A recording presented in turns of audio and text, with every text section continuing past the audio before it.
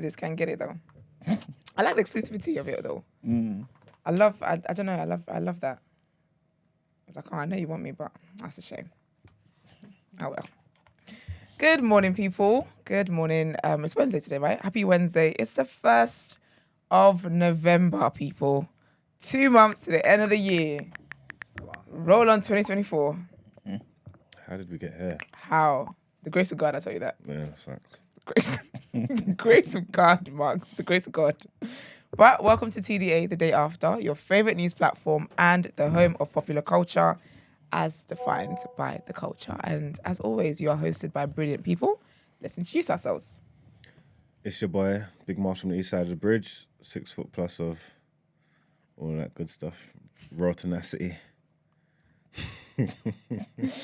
Not 6 foot plus of, you know what it is. Your favourite shade queen, always Martin Royalty. And they call me E-Man, the pro-black activist, TDA producer and news analyst, melanin jam-packed. That is right. How's everybody this lovely morning? I'm all right, man. Yeah? All right. Yeah, same. Can't complain. Fresh, Good. highly favoured, Amen. covered by the blood of Jesus. Amen. Amen to that. Brent, how you doing? I'm all right. Somebody sent in a nice voice note, Yes. just correcting our pronunciation of the thing that we said was Kanjera yesterday. Said a lot yesterday. Oh, Okay. yeah. Here it is. We was down bad without you still. Bro.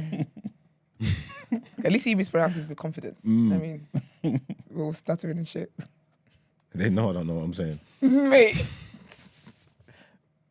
All right. Sorry, it's because I'm outside, so it's pronounced Slow it Angelo, down, bro. not Kanjero, I think it was.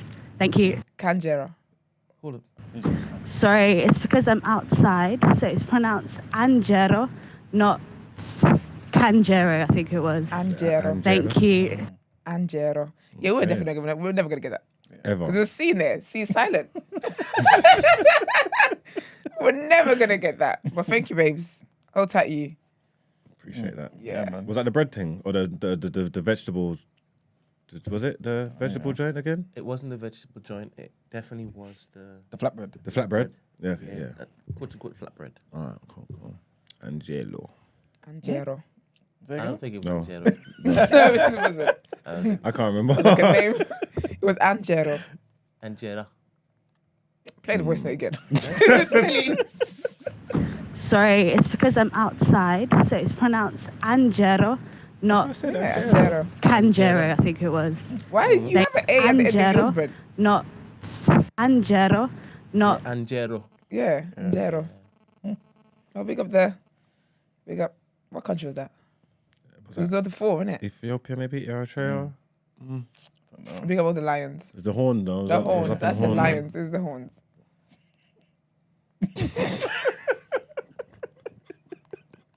Lions are strong and stuff. Lions are lit. Yeah, the people with the best-looking women in the world. There you have it. There you have it.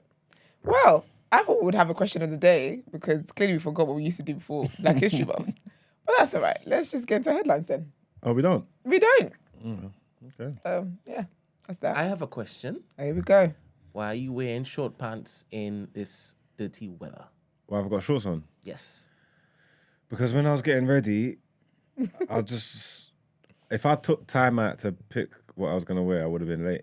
So I saw shorts and a t-shirt on the side, so I grabbed them and I thought I have to compensate that with a big jacket. So I got a big jacket on that covers me. Plus I'm in the car. It's not like I'm walking around anywhere. It's so And interesting. you've got ankle long socks. When I wear short pants, I feel naked. Yeah. Do you understand? Yeah, but He saw it reading outside. He's like, shorts. yeah, This is shorts weather. yeah. What up? Why not? Splash Remember, I'm back. not walking through the streets in these things. I've got heated seats. Yeah, but still though. Huh? Yeah, but wearing shorts and a big coat is just like He's still home. what side of life do you want to be on today? Well, I'm What's your comfortable day here. You like? know I'm at home here. This is...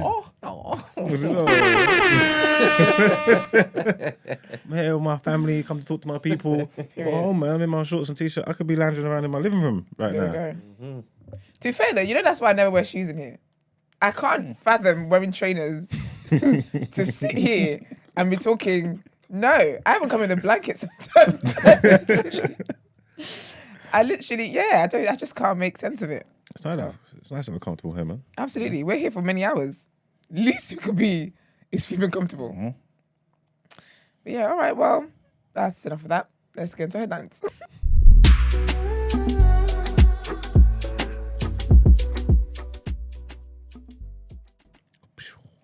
Okay, so our first headline: more than 500 pro-Palestine protesters packed out London Liverpool Street during rush hour on Tuesday evening.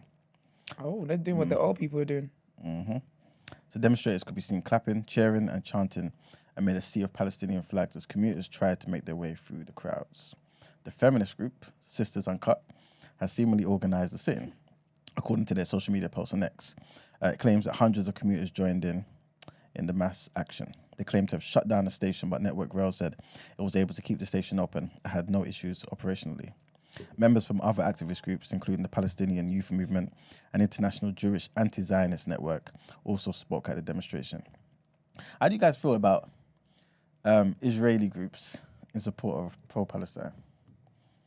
Do you feel like there's an agenda, or do you feel like it's just they understand the plight and it's like we don't really deserve to be taking over Israel like this and Gaza and the West Bank? I think it's They more, understand. I thought you said Yeah. you differentiate between the Israelis and the Zionists and all this kind of stuff anyway. Maybe they do too. yeah. This is true. This is Yeah, I true. think that's, and I think it's more like on a humanity, moral side of things. Maybe not a political stance, but more just these people don't deserve to be dying, and the force is not equal. What I would say is, because I've seen all the pro-Palestine marches and all that, they are lovely, they're great. Don't try and copy Just Stop Oil. Obviously, we want awareness and all Yeah, that. Mark, Yeah. that's what they're talking about, you know. Yeah, but don't because rush hour work, people got places to be, things to do. You know what I'm saying? If you could do the, you could turn the tide against that's you. true. That's Like true. when you got the support, like concentrate. You get me? Like be mindful, You know, take it's so heed. funny. The people I've seen the suggestions from are not even of the Palestinian descent. Okay. So it's like the allies, and they say, no, let's really shut things down. Let's rush hour, all the Just Stop. We need to be on motorways. I actually saw someone make a list the other day saying these are the things that we need to do. I said, Nah, I mean, don't wreak havoc because if people are supporting you, it's gonna have the opposite effect, love. I don't think that's the case. don't you? Nah, I don't think that's the case because like people are actually dying at this point in time. No. They've got the blacks on their side.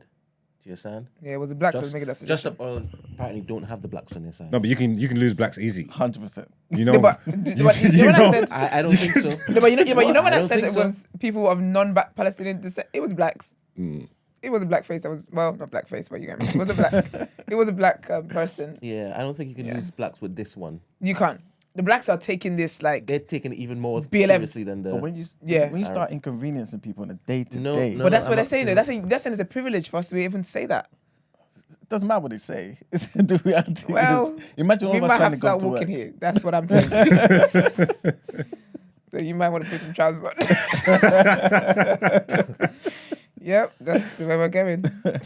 Well, like I was saying, one of the feminist groups here that organisers, Sisters Uncut, they wrote the End International Support for Israel's Oppression of Palestinians, ceasefire now. That's another thing. What do you guys think about the fact that Keir Starmer, Rishi Sunak, none of them have called for a ceasefire? They're cheeky.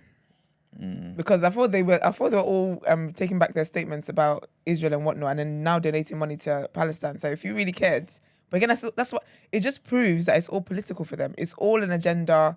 You can't take the empathy and whatnot serious. It's They're all a pieces joke of to them. shit. I'm just surprised about how aligned the two sides are. Why?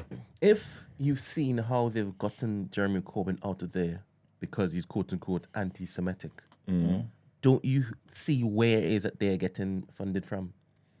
No, I hear all of that, but then, like I said, we got I'm talking about elections. Labour, I'm not talking about Conservatives. No, of course, but we got elections and that coming up, and Who's going to be funding their campaign? yeah, but if the Labour to jump into bed with the Conservatives, I get the issue, whatever, but you do that, and then once people realise there's actually no difference between these two, then they're screwing themselves. They had an alley-oop. I still feel as though they're dealing with the dilemma right in front of them right now. I see it as they're thinking the elections next year, we have time to spin crazily. No, man. That's how I see it. We won't forget, man. Okay. If you say so. If you say so. But remember, like the Jewish Obviously, I'm trying to speak for the Jews here, right? But like, they're always, unlike a lot of other races or groups or whatever, they've always been, I guess, on different party sides. So you're gonna get Jewish right wingers, Jewish left wingers. But when it comes to attacking Jewish identity and everything to do with being a Jew, they come together. You know what I'm saying? So, like Brent said, it's the same forces, I guess, that is kind of causing the Conservatives to have this particular view. Is the same forces having Labour have this particular view. But they're still going to take opposite sides when it comes to other issues. Yeah, So yeah, it's the same thing, I think. But yeah, man. The phrases Palestine will be free and ceasefire now can be heard or were heard at the protest. One video reportedly showed protesters chanting from the river to the sea, Palestine will be free. A chant which the Home Secretary Suella Braverman has previously criticised as an anti-Semitic demand for the destruction of Israel. Other groups obviously dispute the interpretation of that chant. Next headline, a barrage of Israeli, trigger one here guys, a barrage of Israeli airstrikes leveled apartment buildings in a refugee camp near Gaza City yesterday, and footage showed rescuers pulling men, women and children out of the rubble. Israel said that the strike destroyed a Hamas command center set up in civilian houses and a network of tunnels underneath. The toll from the strikes in the Jabalia camp was not immediately known. The Israeli military said that a large number of militants were killed, including the commander overseeing Hamas's operations in northern Gaza. The director of the nearby hospital, where casualties were taken, Dr. Atef Al-Khalot, said that hundreds were wounded or killed, but he did not provide exact figures. Neither side's accounts could be independently confirmed. The strike underlined the anticipated surge in casualties on both sides as Israeli groups battling Hamas's militants advanced deeper into the northern Gaza Strip towards dense residential neighborhoods. Israel has vowed to crush Hamas's ability to govern Gaza or threaten Israel following its bloody October 7th rampage. Israel said that 2 of its soldiers were killed in fighting in northern Gaza, which is the first military deaths that is reported since the ground offensive into the territory accelerated late last week. And our last headline... Sorry, just do you believe that when they say that stuff? What? Which part? Like, obviously, like the narrative is that Hamas is hiding and using them as human shields, and that, but like they just leveled that refugee camp. Yeah.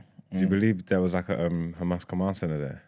I don't put it past them, honestly. You know what but I think it's more so that they don't care that the civilians there. Yeah. I think they definitely don't care that the civilians there. But I also believe that Hamas also could be hiding amongst these people. Do you know what it is? I don't feel like all of this, they're doing all of this just to solely get rid of Hamas. I feel like they just want land anyway. So really and truly, they just say, they throw the Hamas word in there and be like, oh, Hamas was in there. Because really and truly, did Hamas tell you they were in there? How do you know Hamas was in there? They're just out here bombing shit up, talking about Hamas was in there. Ain't no damn Hamas in any of these places that they keep bombing up. Because I see like, say like a big apartment block Yep. with like 100 apartments in there, and one little office is like a Hamas Dick Tracy, like yep. private eye in there, physical desk and thing, and they leveled a whole building. Yeah. Yeah, Do you think that's justified? that's true. It's crazy. They're using Hamas as an excuse. They just want to wipe out the land. But even if it's just like one small office, right? If that person's got links and is able to control and send information from there to other pivotal places for That's Hamas. the thing, though. That's the thing. So by their logic here, Hamas could be anywhere.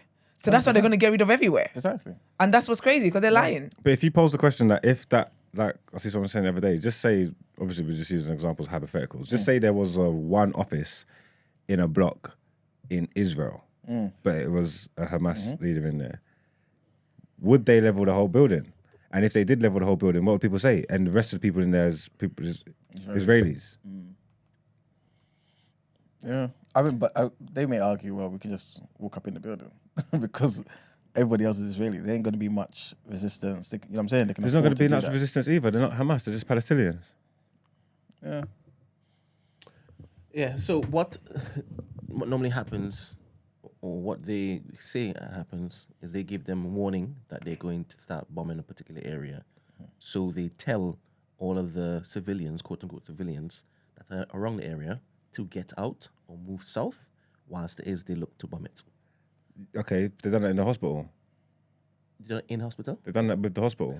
I don't know. I haven't got a clue. They did. The area with the hospitals, and it was like they gave them ample warning to move and What I stuff. did see, What about the people that can't move? What about people that's This is it. incapacitated? What about people giving childbirth? What what I about did old see, people? they shouldn't be bombing the hospital. It doesn't matter how many Hamas people are hiding there, they shouldn't be bombing it. That's called a war crime. Listen, what I saw was them leaving an English message just on Monday. Yeah. I think it was Monday, it was Sunday, I can't remember when it was. Telling these... that wasn't. They cut off communications. So that message wasn't even for them. Precisely. That's for the rest of the world. Precisely. And a lot of people online were saying that. So they quote unquote gave them a heads up, but they don't really give them a heads up. And then they just carpet bomb it. And that's why they're going to lose this war of public opinion. They're going to lose it. Well, they've been saying that they've been dropping flyers as well. With the bombs. With English writing. No, before. So English writing, you dumb. Yeah. I'm not too sure if they laminate the paper, but Can you who imagine? knows? These people are all insane, you know. They're all insane. It's sad, man. Yeah, but they definitely are hiding in, like, behind civilians and stuff. That's their that's tactic. 100%. That's a tactic, yeah. I wouldn't say hiding, I'll say living. There's nowhere else to go. No, I believe they deliberately go to places where it is that they think that there's going to be casualties, so that when there are casualties, they basically say, "Look, this is what Israel's doing." Everybody's flipping playing. I'm a skeptic. Yeah. I don't believe that. That's And right. plus, they're supposed to be in Gaza, so why are they doing it in the West Bank then? Like, it's all. Yeah, I don't know. I'm a bit skeptical with that. Like, it's easy. That's an easy story to sell because everybody's buying it. But I don't know about this yarn they're spinning. I'm not sure.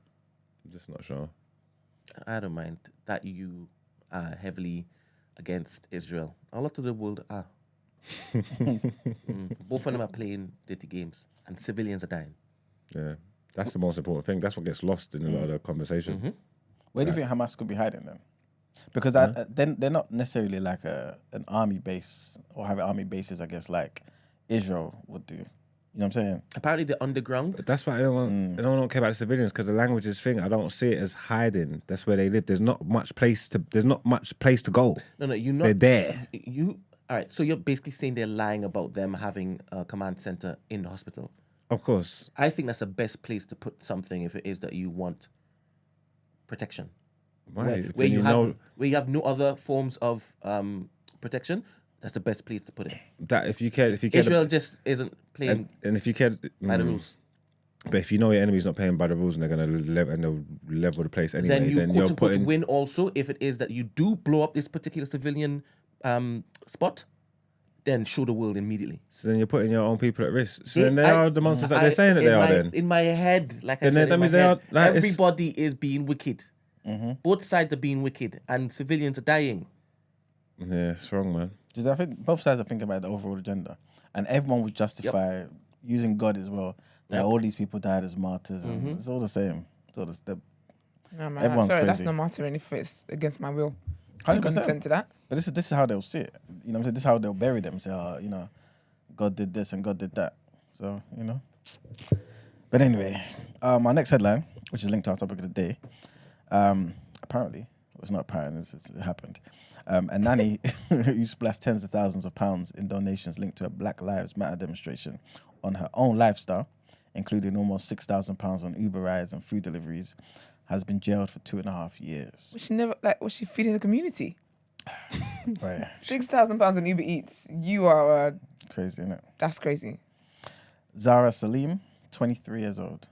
She set up a GoFundMe page to raise money for COVID PPE before the pivotal march in Bristol that saw the toppling of Edward Colston's statue on the 7th of June 2020. But following the publicity around the march, basically £32,344 was raised in donations.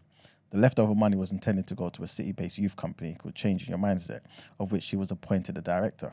The trust was placed in Salim, as she co-organised the demonstration and was a prominent figure in the BLM movement. However, Salim moved the money into a newly opened personal account and went on a 15-month spending spree on lifestyle expenses. With no regular income coming in, she made 2,512 payments, including amounts on an iPhone, an iMac, hair and beauty treatments, clothing stores, Amazon purchases, food takeaways, and more than £5,800 on Uber. This is all according to Mr. Alistair Haggerty, who was prosecuting her at a hearing yesterday. She later confessed to a friend on WhatsApp that she had done something horrendous. This is her words, something horrendous, adding that my brain spent it. I couldn't tell what, where, or why. My brain spent. My brain spent it, yeah. The company, meanwhile, repeatedly asked Salim for the money, but was repeatedly given excuses, including problems dealing with GoFundMe and stays in hospital. This is what she was saying. Bosses at the organisation finally sent her an ultimatum to transfer the cash in June of 2021. She responded in an email saying that she had spent it. The loss in funds resulted in the cancellation of a planned educational trip to Africa and the eventual closure of the organisation. Salim had denied a charge of fraud by abuse of position between 23rd of June 2020 and 30th of September 2021 when she appeared at Bristol Magistrates Court in January. But in September, she then changed her mind and she's pleaded guilty to that particular charge. The case brings to a close 2 years of turmoil for the leaders of Change Your Mindset, who had high hopes for the good work that they were going to be able to do with their money. The cash was set to provide support to people aged between 18 and 24 through weekly sessions with cookery classes, career advice, and life coaching. And when the bosses saw that the amount raised surged, plans were put in motion to provide an educational visit to Ghana. So these people were very excited about all this money that was raised, and the young people to go were chosen and asked to start preparing for the once-in-a-lifetime trip. Obviously, none of this occurred. So yeah, long story short, she got jailed for 2.5 years. And that's it for the headlines. All right. Question on the screen. You guys are not getting this war. Some would argue it's not a war. Some would say it's just one-sided. There is no both sides. Palestine doesn't even have a military. Have you seen anyone with Palestinian army clothes? I know it's not the Palestinian army. Well, they don't have an army. They're not talking about the Palestinians. That Ramses Burner or something. But ain't there? I don't know what you would call their group, but I mean, also what Hamas don't exist then. That's what we was talking about. They're the government there. Huh? They're the ruling government there. Exactly, they were voted in. Yep. They're not ruling anymore, though, are they? Yeah, they are. Yeah. They got voted in and they're representing Palestine, unfortunately. You may not like it, but this is who represents Palestine. Yeah. You know what I'm saying? So even whether they have army clothes or not, it's just, you know what I'm saying? Because somebody's firing rockets. Somebody killed 1,000 people and 200 plus at a bloody concert. Somebody did it. You know what I'm saying? Unless we're going to say it's Israel that did it. Bear in mind, this room is a free Palestine room. Yes, I was going to say So that we everybody have else aware. Yeah, 100%. Yeah. we have made it clear that this isn't exactly a war because it's not equal. At all. No, at all. So Yeah. War crimes being committed. that's a word, boy. Right. Yes. So I'm scared to introduce the next segment. Let's get into what you're saying, Topic of the Day.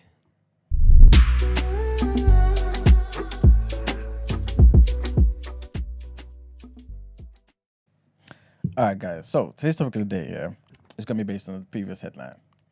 And that was obviously about Miss Zara thief. Salim, yes, aka the thief, Yep. who got carried away when she saw all the funds in her account and things of that nature, right? That was something from last week. It pops up when it is that. Don't worry, it's a glitch. You didn't write that. That's what I was thinking. You're doing camera tricks. What's this? I was No, thinking, no, no, No camera tricks. Because if I was able to do that, I would start talking to Gina. But I can't do that. For those listening on Spotify, something popped up on the screen. Yes, that's true, actually. So yeah, it's based on what happened with this Black Lives Matter organizer. And so the question I wanted to ask you guys is, what are the potential negative consequences of bad activism and charity work? And do you feel like overall this kind of muddies the water and kind of makes it hard for the people? So much so that sometimes you prefer to not even have a bloody organization representing you? Or do you feel like this is just one of the small individual cases that should be overlooked? Now she should be overlooked there because I don't think I don't think it would be fair for for the Black Lives Matter movement to suffer because of her. And I do remember that the American one as well. She did do what she did. Thank you. But the thing is, though, that's the thing. As much as it's great when things are happening, when social situations are happening and individuals rise up, because that's what we want people to rise up and take charge, we've got to, whilst we're protesting and not, we've got to screen who is rising up. We actually have to screen because not everyone's heart is in the right place. People start GoFundMes for nothing. People lie about stuff, do you get what I mean? So I don't think that the actions of these two women should ruin what it is that needs to be done. I don't think, but anyone in Black Lives Matter needs to be better though, because when they mess up, it's too dangerous. Exactly. Just because of the name of the organization. And that's why as a You know what I'm trying to community, say? we need to. She needs to be cancelled. Like period. Because this gives ammunition to the racists. All of that, because when Black Lives Matter do anything, or Yep. and like you know what I'm trying to say, like then the name that you're saying, Black Lives Matter, when you say that, when you discredit that, or I don't know, whatever, there's all these kind of words we could use, then people start moving like Black lives don't matter. Do you know what I'm trying to say? Yeah. You don't have to. You could be of the mindset, that Black Lives Matter and not necessarily support the organization. Do you know what I'm trying to say? But because of what it says and what the name is, the two just get marred together all the time. You get what I'm trying to say? So they need to walk a different line. They can't be doing all that stuff, because then you start making people think, well, Black lives don't matter then. Black lives matter ain't serious or rare. And Black lives are always gonna matter. Always. So they need to be held to a different standard just because of that phrase, in my opinion. Exactly. You know what I'm trying to say? That's ridiculous. This is true, but what type of standard are we expecting of them? Because at the end of the day, they're human beings. Don't use the money for Uber Eats.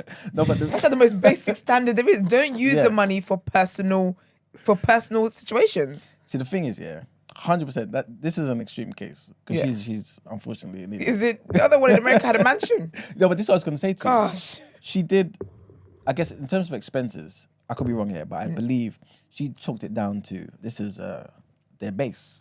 Right?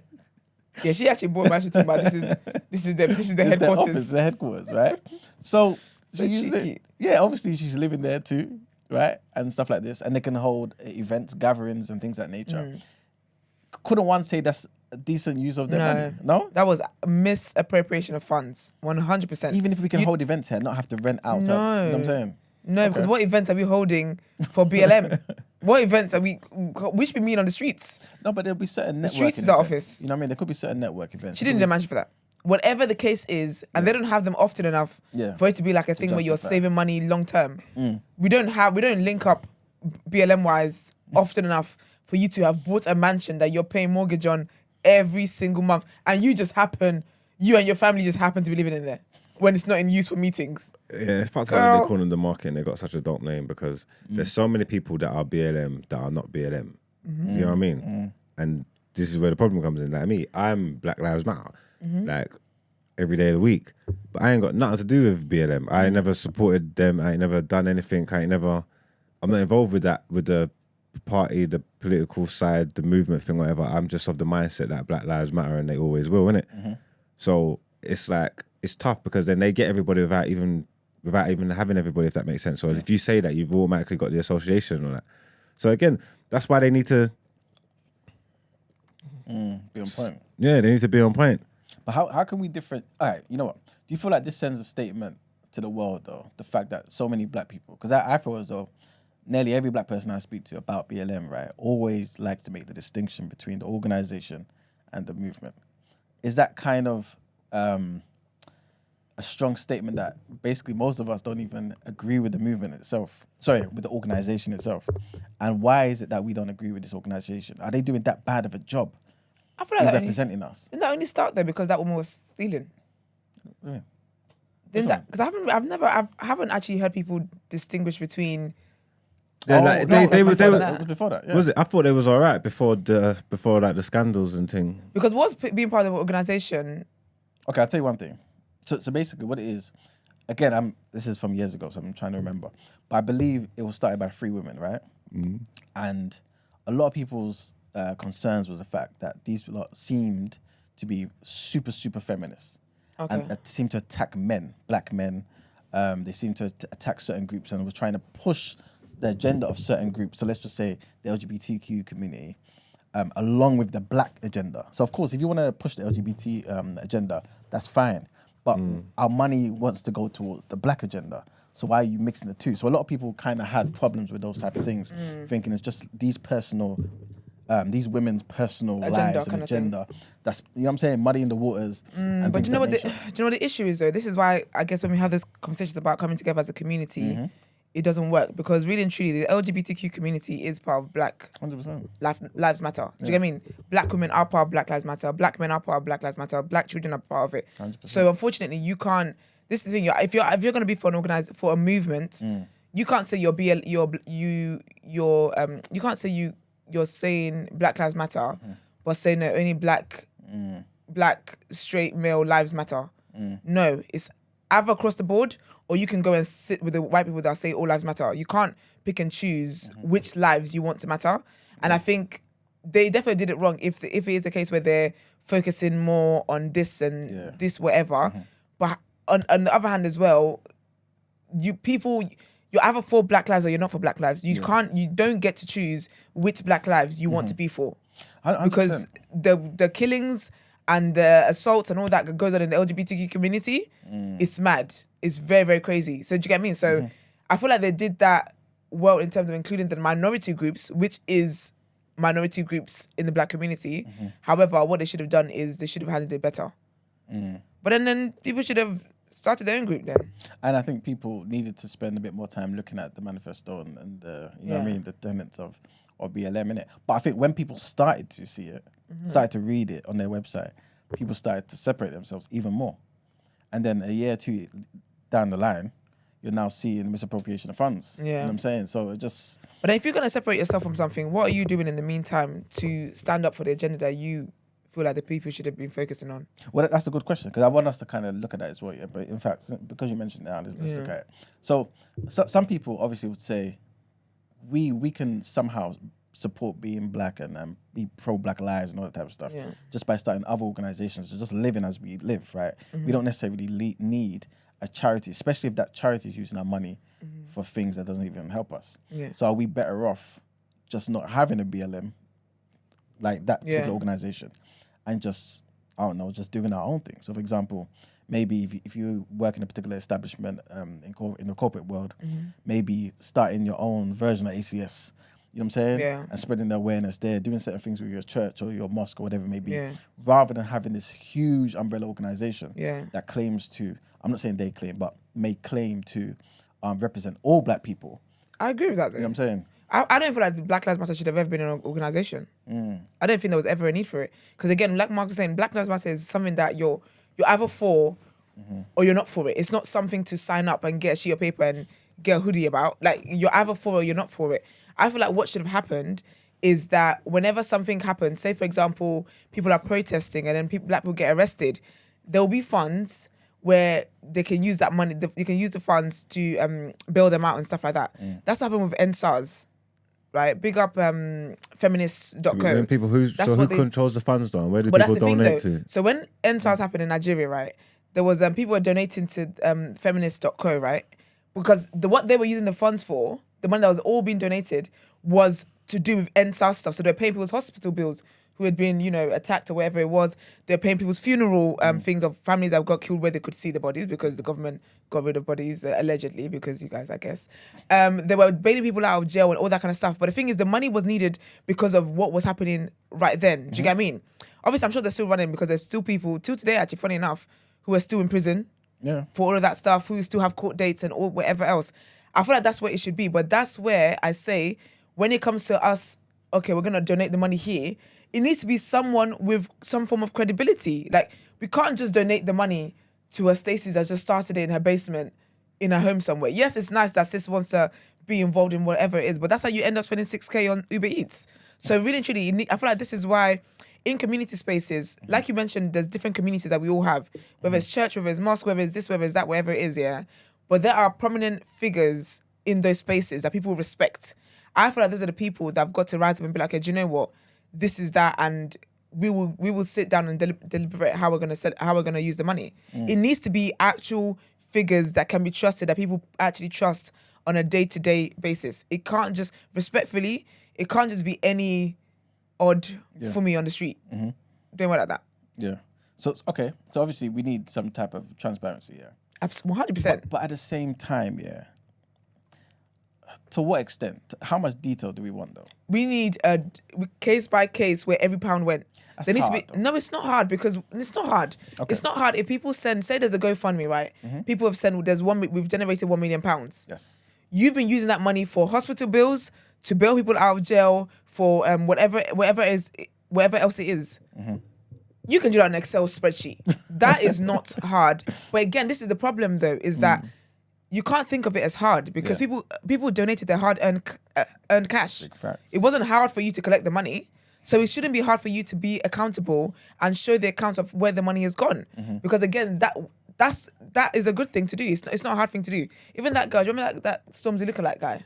Yes. And that girl, that random girl who just saw him and started collecting money for him, she did an accounts. She would be like, oh, today we spent £100 and da-da-da-da. He went to the dentist, it was this amount of money. That's what needs to happen when people are trusting their money in your hands, especially for big things that literally threatens people's lives. Something as massive and deep as Black Lives Matter.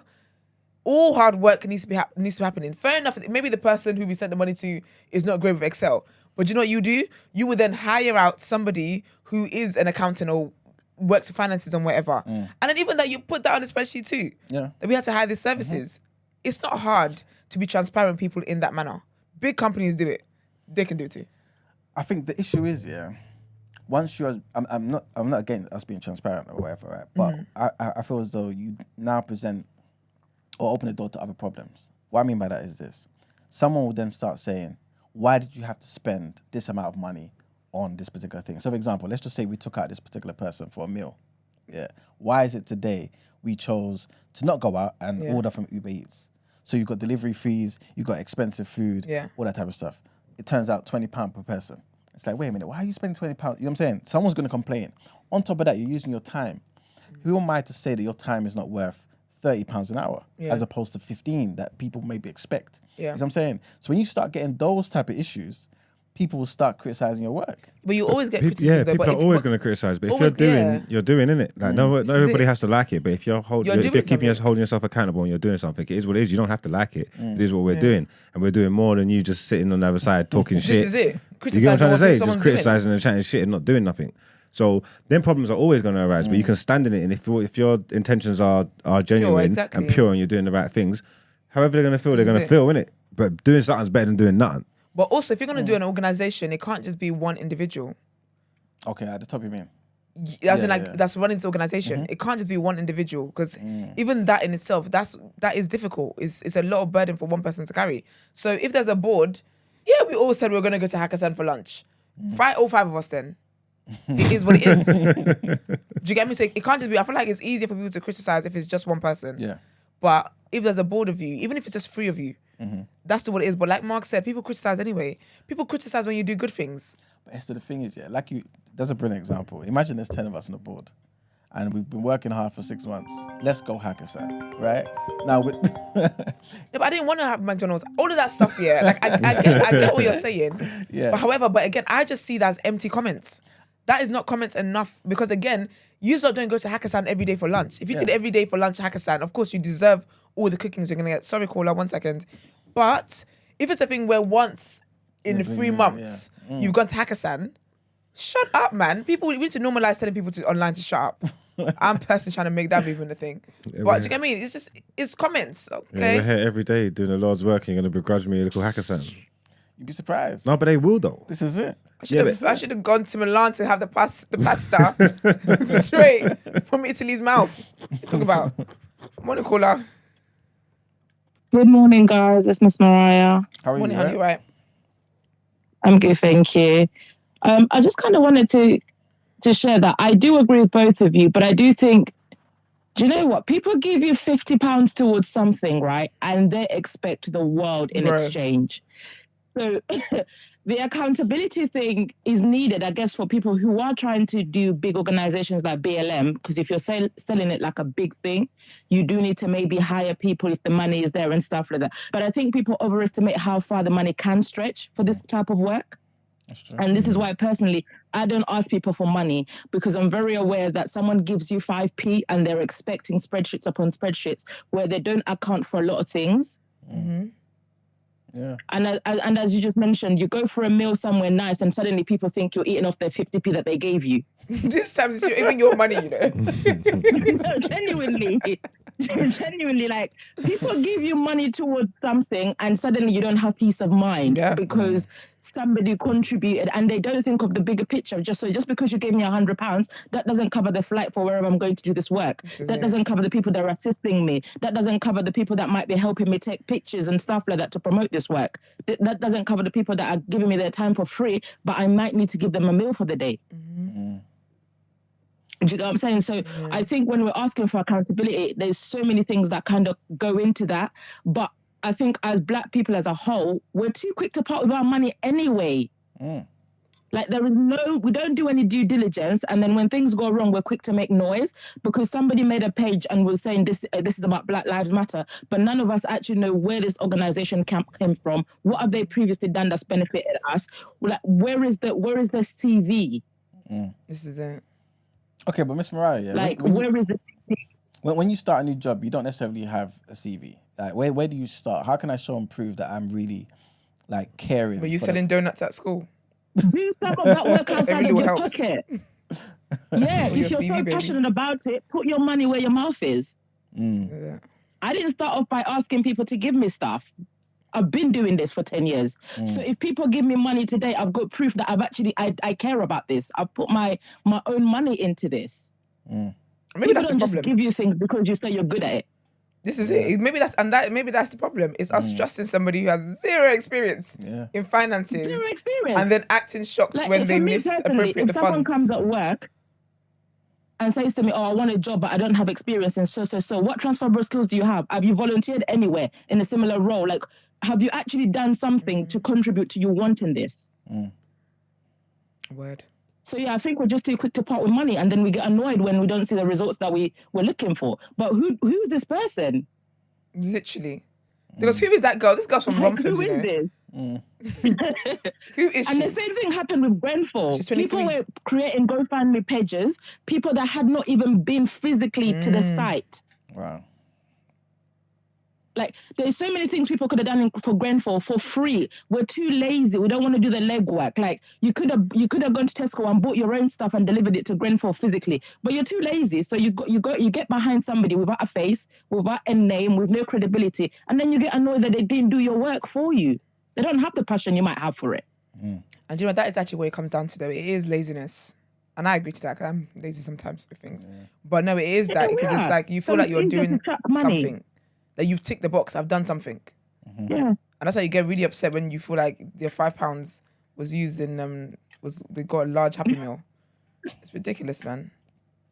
Okay. So yeah, I think it's all good pointing fingers at this lady, but however, we do need to be accountable for the things that we do wrong as a community. We don't do any legwork for ourselves. We expect other people to do the work and just chuck money at it and hope for the best.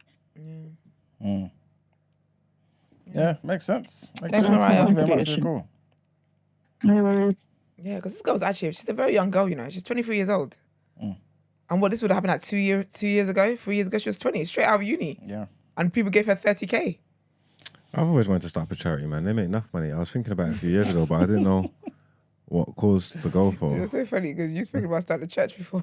It's the same kind of thing, yeah. These things have crossed my mind. I've always wondered how I can do it because there's bread there. Yeah, there you have it. Get me? There you go. That's it. Do you know what's mad? All them killies are gonna do that, give me money. They've heard him say it here in 4K. No, but I'll do the right things. Yeah, really. Yeah, no, obviously my expenses are my expenses.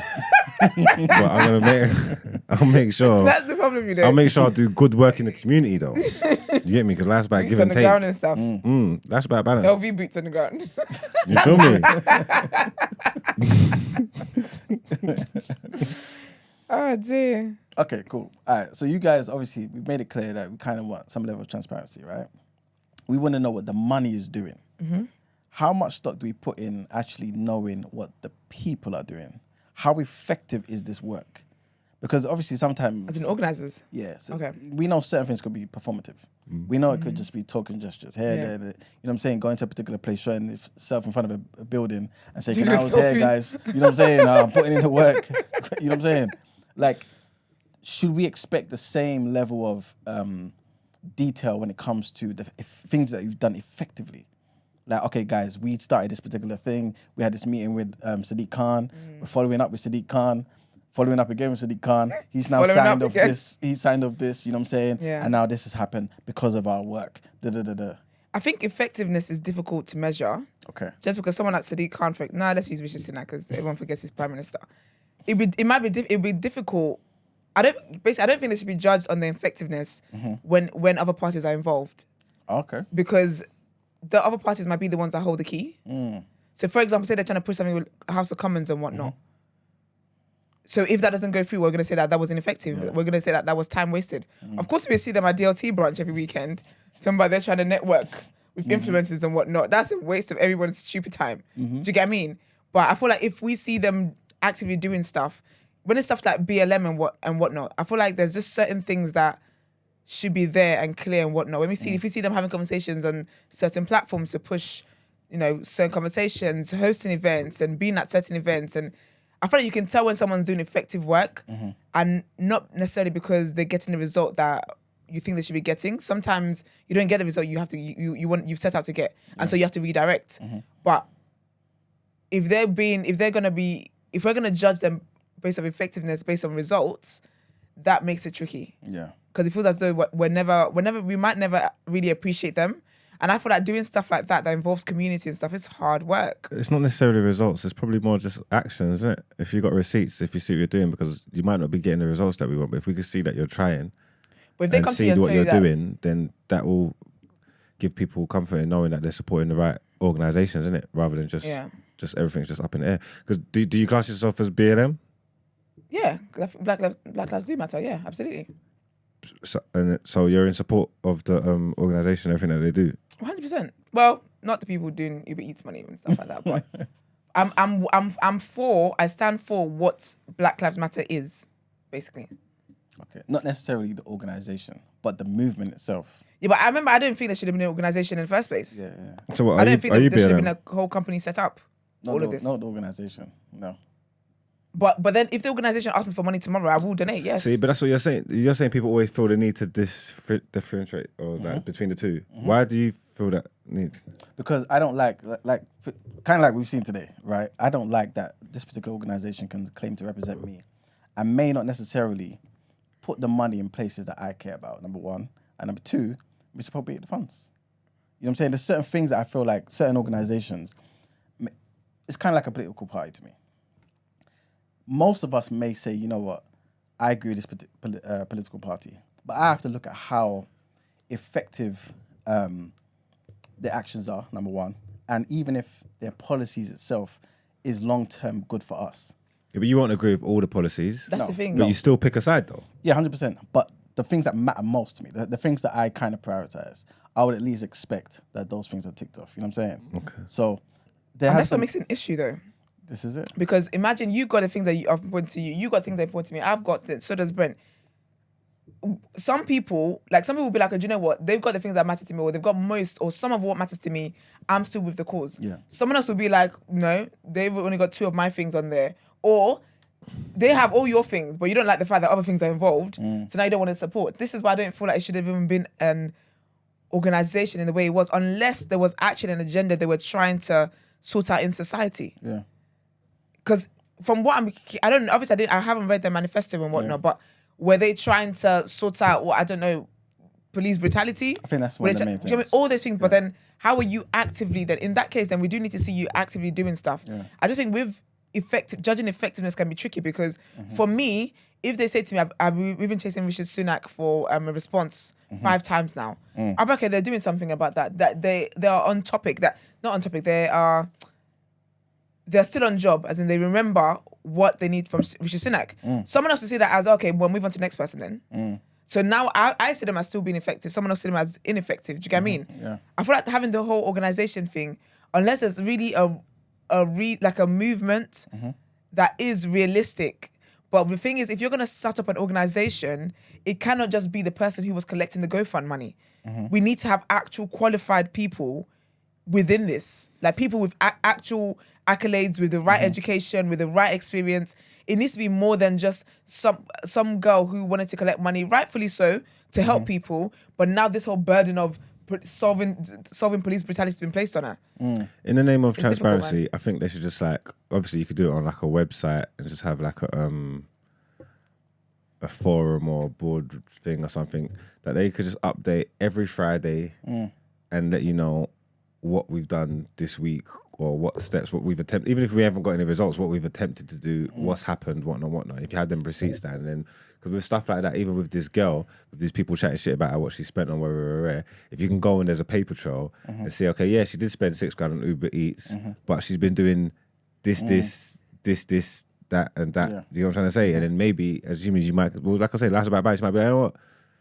Let's let us she's trying to do more good than bad. You know what I'm trying to say? Like there's because someone needs to be doing something. You get me? Yeah. You get me? Hey. I think that's what they should do. Every Friday, just put it on the board. What steps you've taken this But week you know what's towards? crazy then? This is the problem. 1 week they go on annual leave. They go DR. Having a great time in DR. Yeah. And someone's like, first of all, that's my £20 that you went to DR with. Second of all, 7 days off. Da, da, da, da. Do you get what I mean? Like, they're never going to win. It's always going to be something. So what they need to do is do a tax, the way they need to do like a tax year review type of vibe. Where April, we get a full on report. Yeah. This is what this is and this is what we're planning to do next year, and then that's it. And then throughout the year, maybe every 3 months. Once a year? No, but that's the financial part though. Okay. Every 3 months we get an update on this is what's happened this year. This is what we've achieved this year. These are our goals for the next quarter. Maybe that can work. Because if they're doing a weekly, someone's gonna be like, "Why did your last week Uber Eats was £200? Why is it $250 now? You're ordering lobsters? This is it. It's gonna be difficult." It's always going to be something. Well, There's always going to be something. Okay.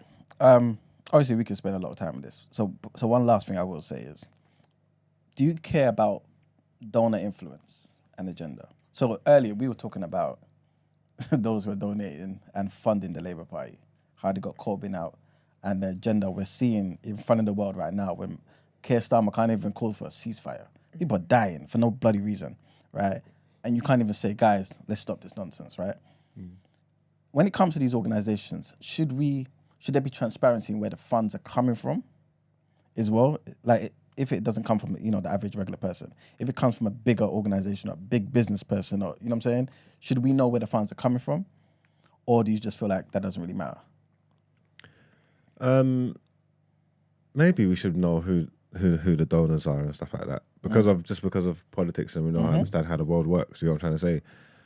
And it might clear up a few things for certain people when you see action or inaction in certain things, because then obviously we understand what your agendas are. It's like, because you don't buy a hand that feeds you. These are the ones that are paying the bills and keeping the lights on. So that's why you've gone down this road, or that's why you've gone down that road. Just to hold everybody accountable, and again, just be transparent with what's going on. I reckon, they should say who's donating peas and whatnot, and because again, there might be massive companies that just do unsavory things that you don't want to be associated with. yeah. Exactly. So what do you do with that information? So let's just say we found out that an Israeli, just for the sake of argument, right, an Israeli organization, a big Israeli company, is funding the equivalent of a Black Lives Matter.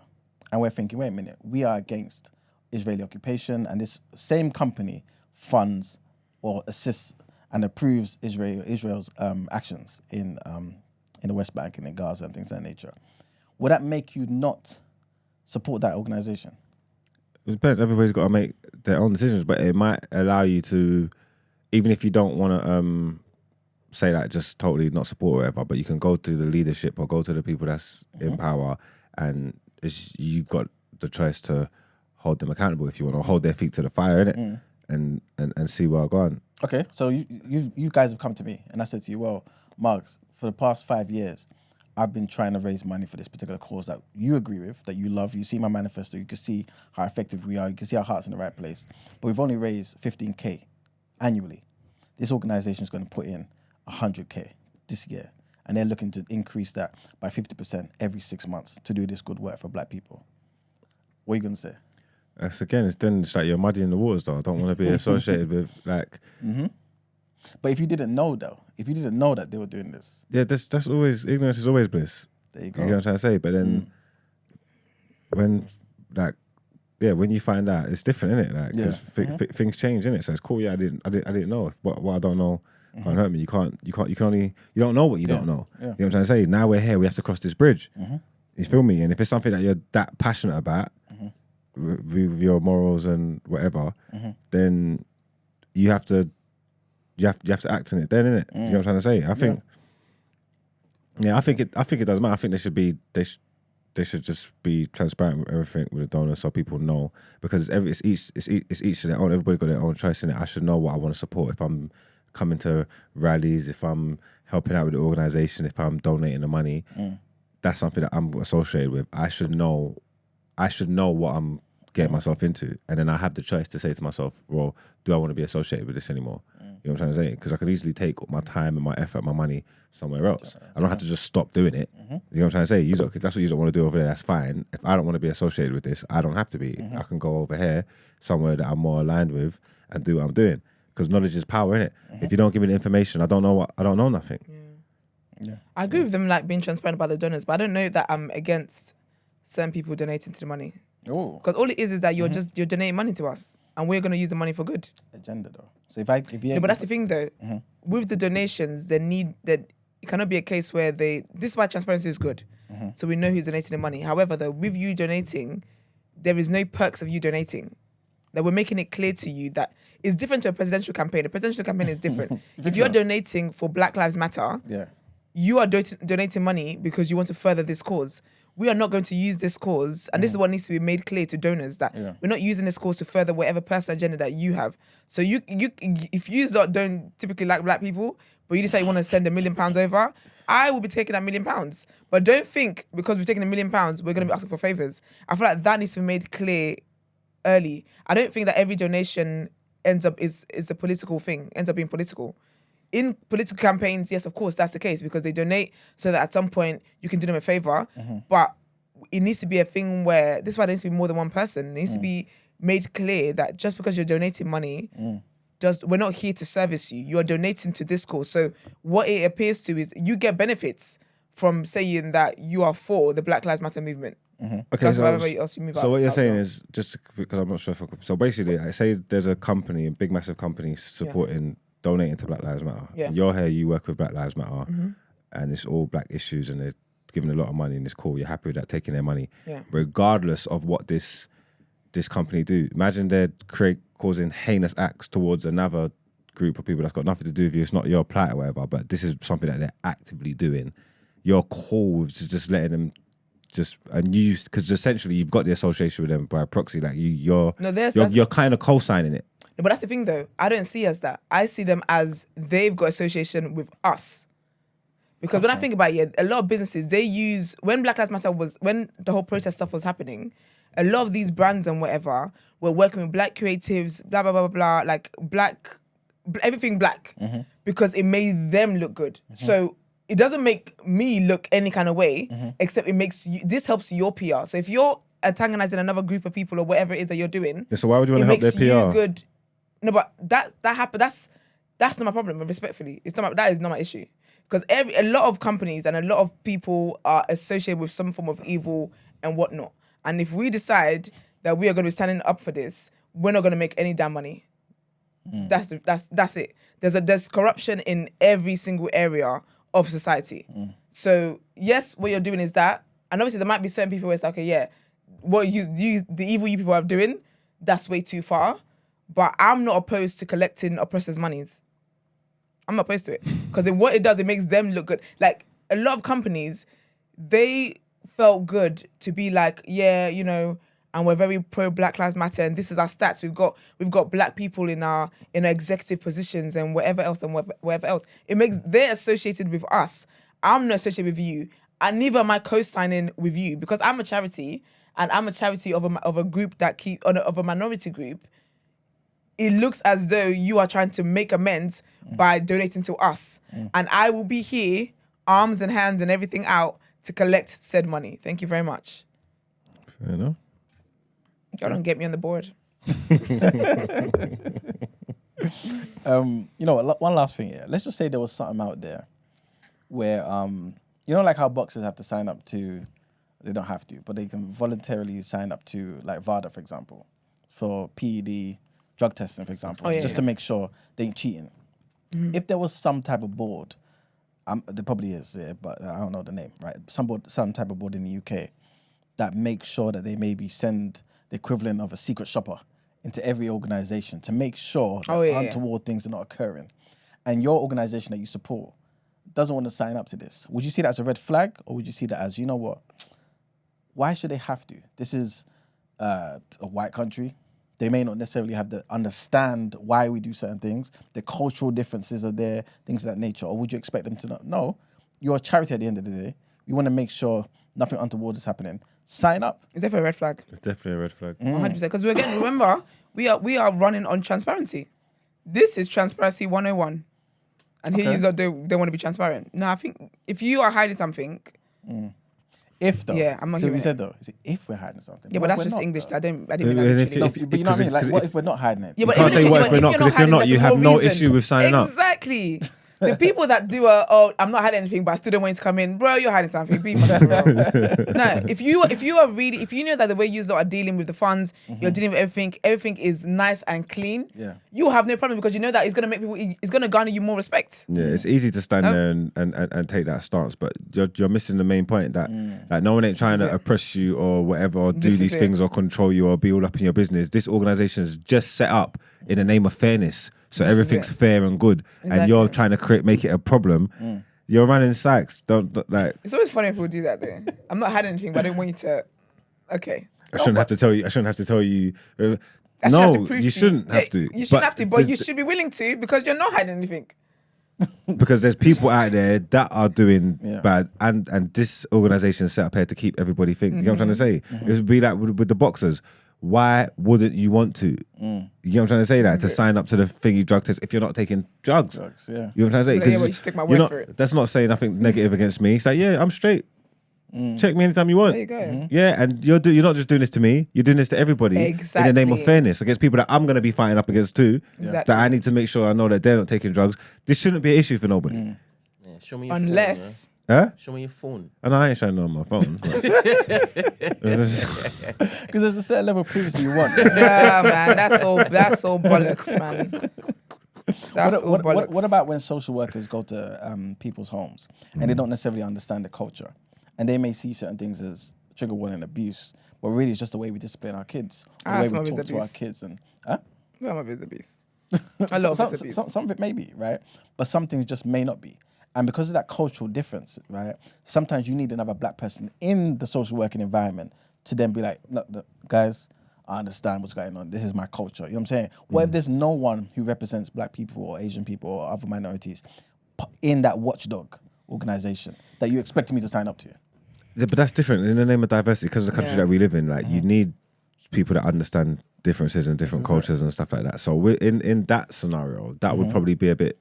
That would be a bit different. I can think about it understand why therefore. you wouldn't want to sign up to that thing and be judged No, but by all think these about white it people, middle class people who don't understand nothing. Because Yeah. then you're going to start telling me things that ain't true. Nah. Sorry, I don't agree with that because for Black Lives Matter, this is the example, right? Black Lives Matter organization. It is literally a charity group for whatever, I don't know what umbrella that comes under.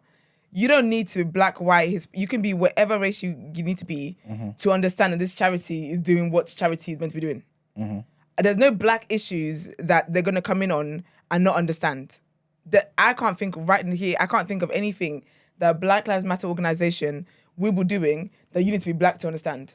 That's true. Are you spending the money properly? Are you doing this? Are you working on the things, the goals and whatever you told your people you're going to work on? Are you working on those? Yes, you are. You don't need to be black to understand that. Yeah, You don't need diversity in the spectators for it to be clear that you're spending, for it to be clear that you're doing what you're meant to be doing as a charity.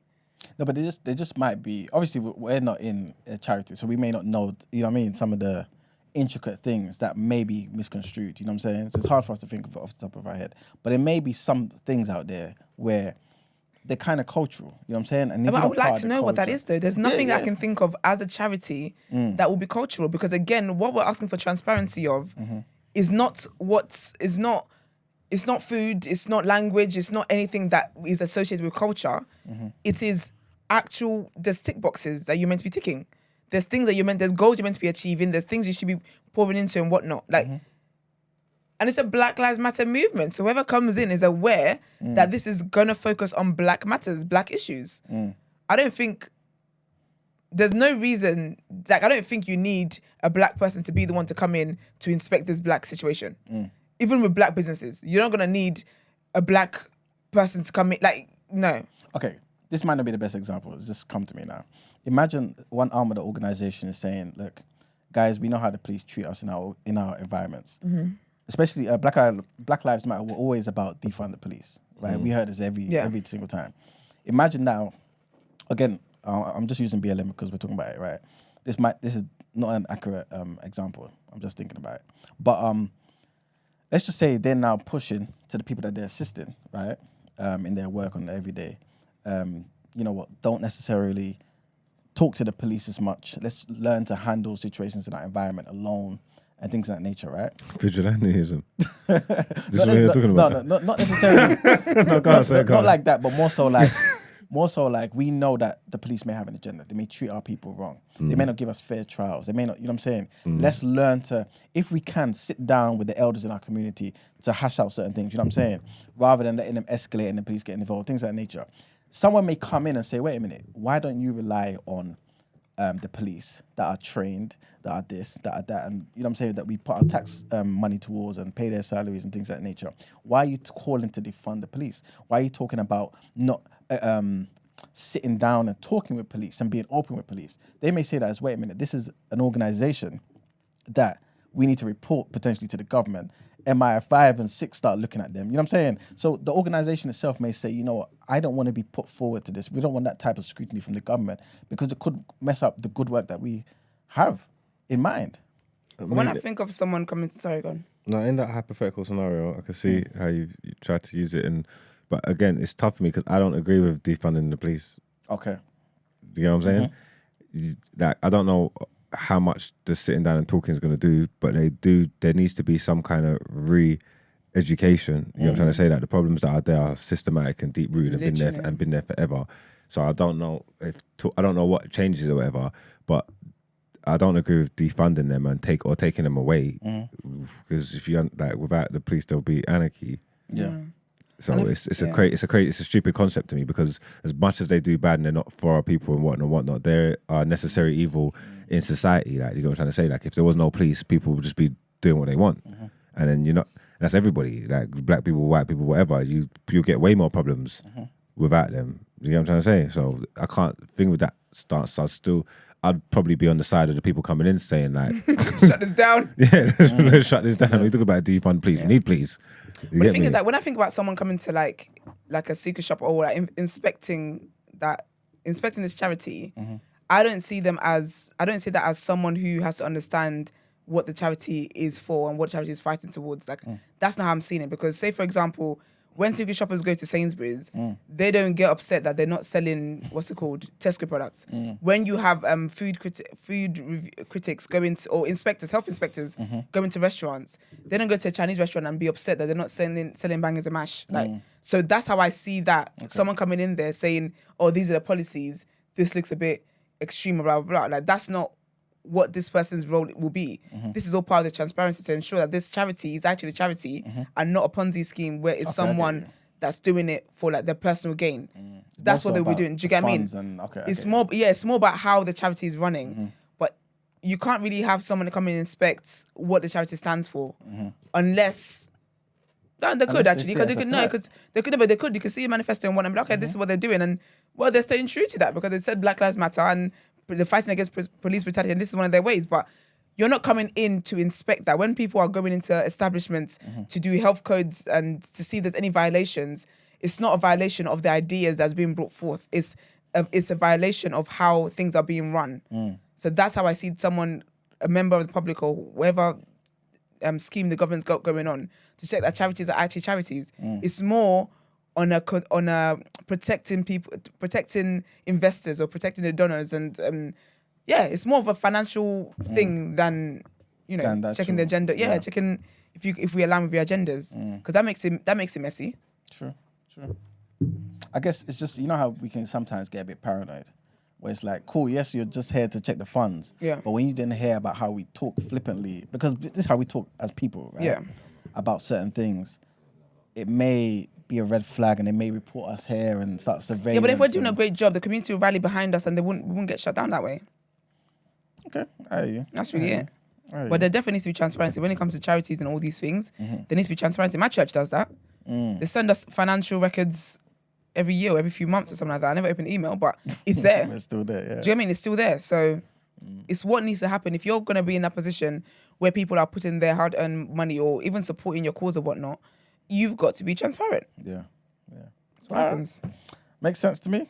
All right, guys. I think we can move on from there, man. All right, let's get into our next headlines. Before we move on, Emmanuel, there was somebody in the community who asked for book recommendations about is it Thomas Sankara? Yes, the great Thomas Sankara. The great, sorry, Thomas Sankara. His first name, great. Might as well. All be. right. That's his pronouns, isn't it? The great. There's a book called Thomas Sankara Speaks.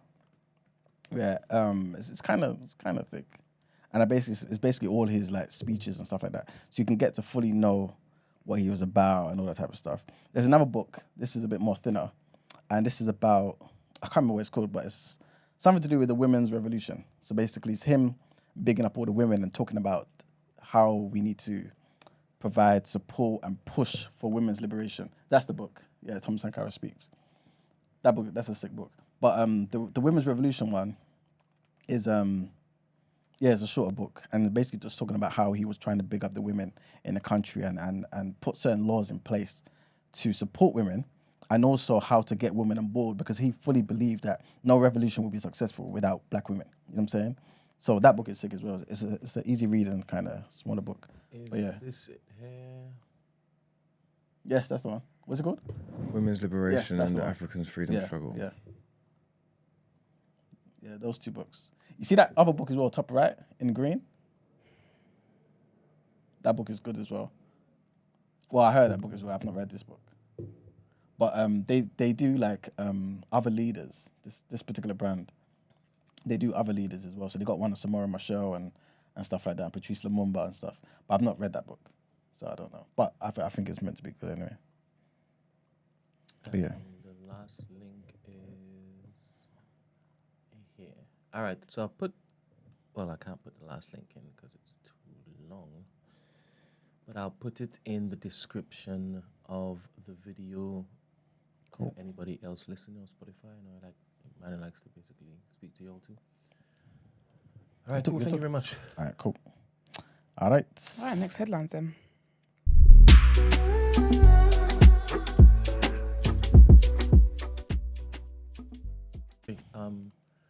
Maggie asks a question: will you allow the government to interfere with the new black? The new black is going to have a seat at the table, so we will be dealing with the government, God willing. Amen. Amen. However else you say it differently. That's very. I mean, But the trick is to get more than they look to take. So Emmanuel's going to be also at the table. Well, also Esther, she's going to be a director. Essentially. Didn't you ask for that? So you can get all the monies. Of course. Get some pretty manicures and all my nice stuff. Of course. when you say sit at the cook top me. of the table, do you mean like a place in Parliament? What we're looking to create is a voting TMB bloc. Parliament, yeah. So 100% we'll be able to lobby government because we'd have the power. Yes, that's right. Watch. I was going to say something, but I can't even say it on there. Yeah, we don't want to apologize. You know me, I would say shit.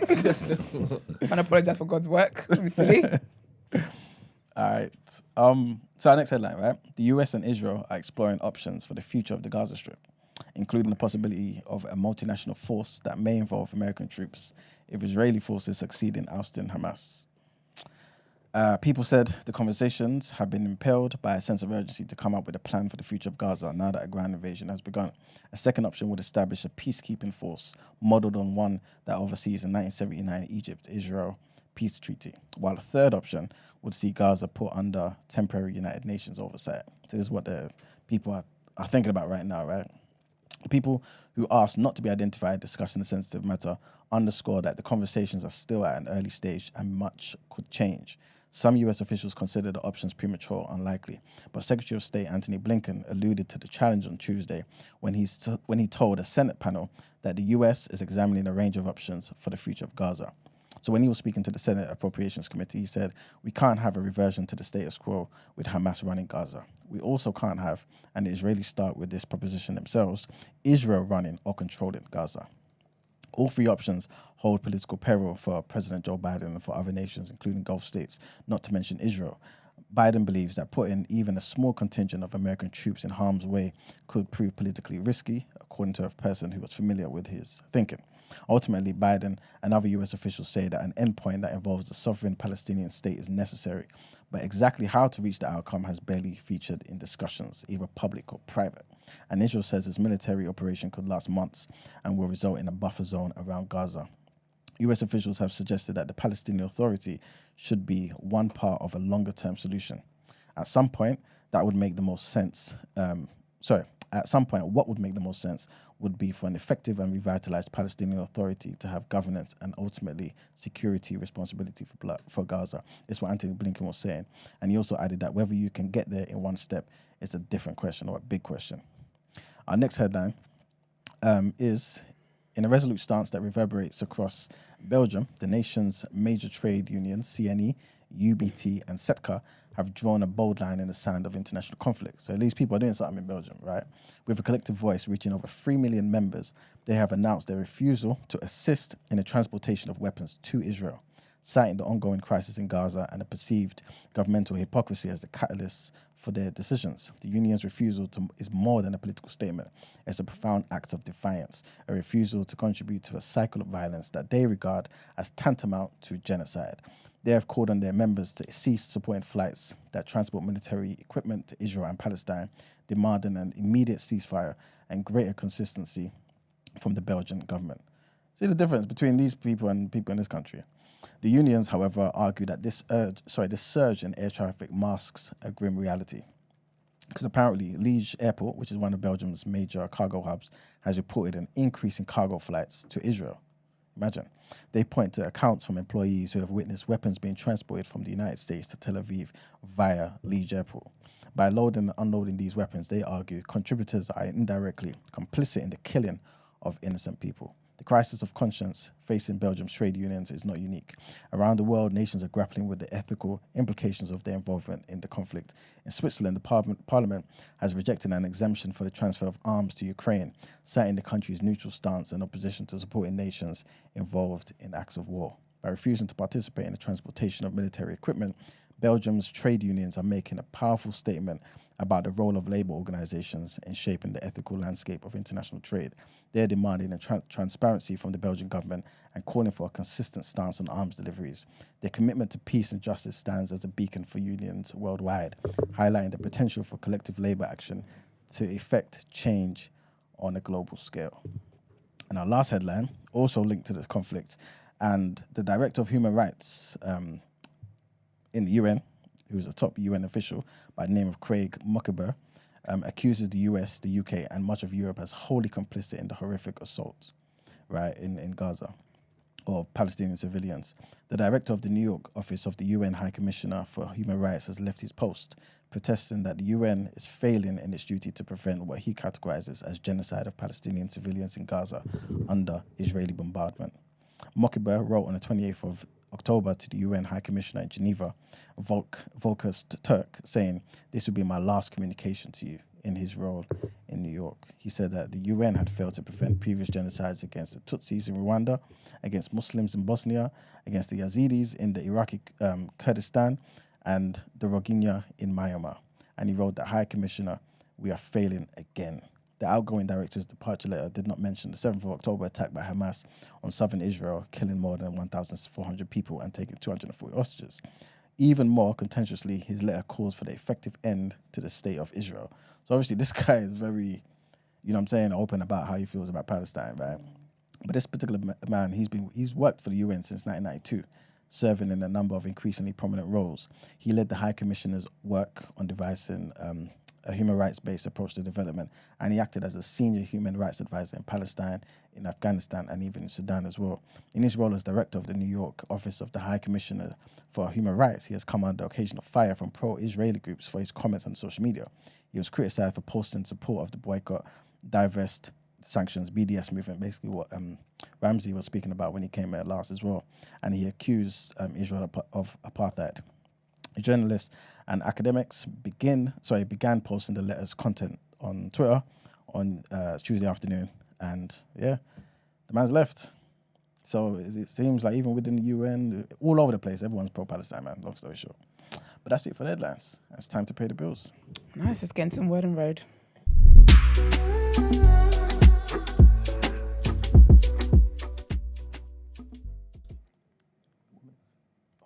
Sorry, y'all, just commented on Gina's post. Okay. I thought this story was so funny, yeah. It's so funny and just so silly. And I like funny people. I like funny men. So, why is my iPad frozen? Hold on. So basically, Robert De Niro has been taken to court by his, he's the man's 80 years old, you know. Wow. 80 years old. And he just had a kid the other day. I reported on Word and Road. Congrats. Yeah. To the people that... Anyway, do you know how congrats to go in it?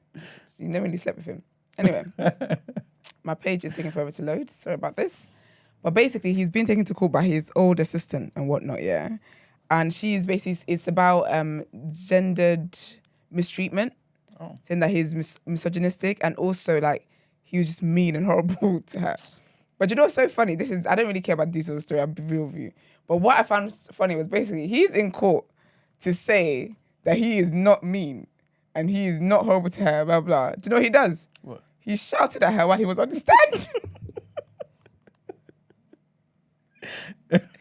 He shouted while he was being questioned. But you see what I'm saying? He shouted at her. Then he was like, oh, damn it.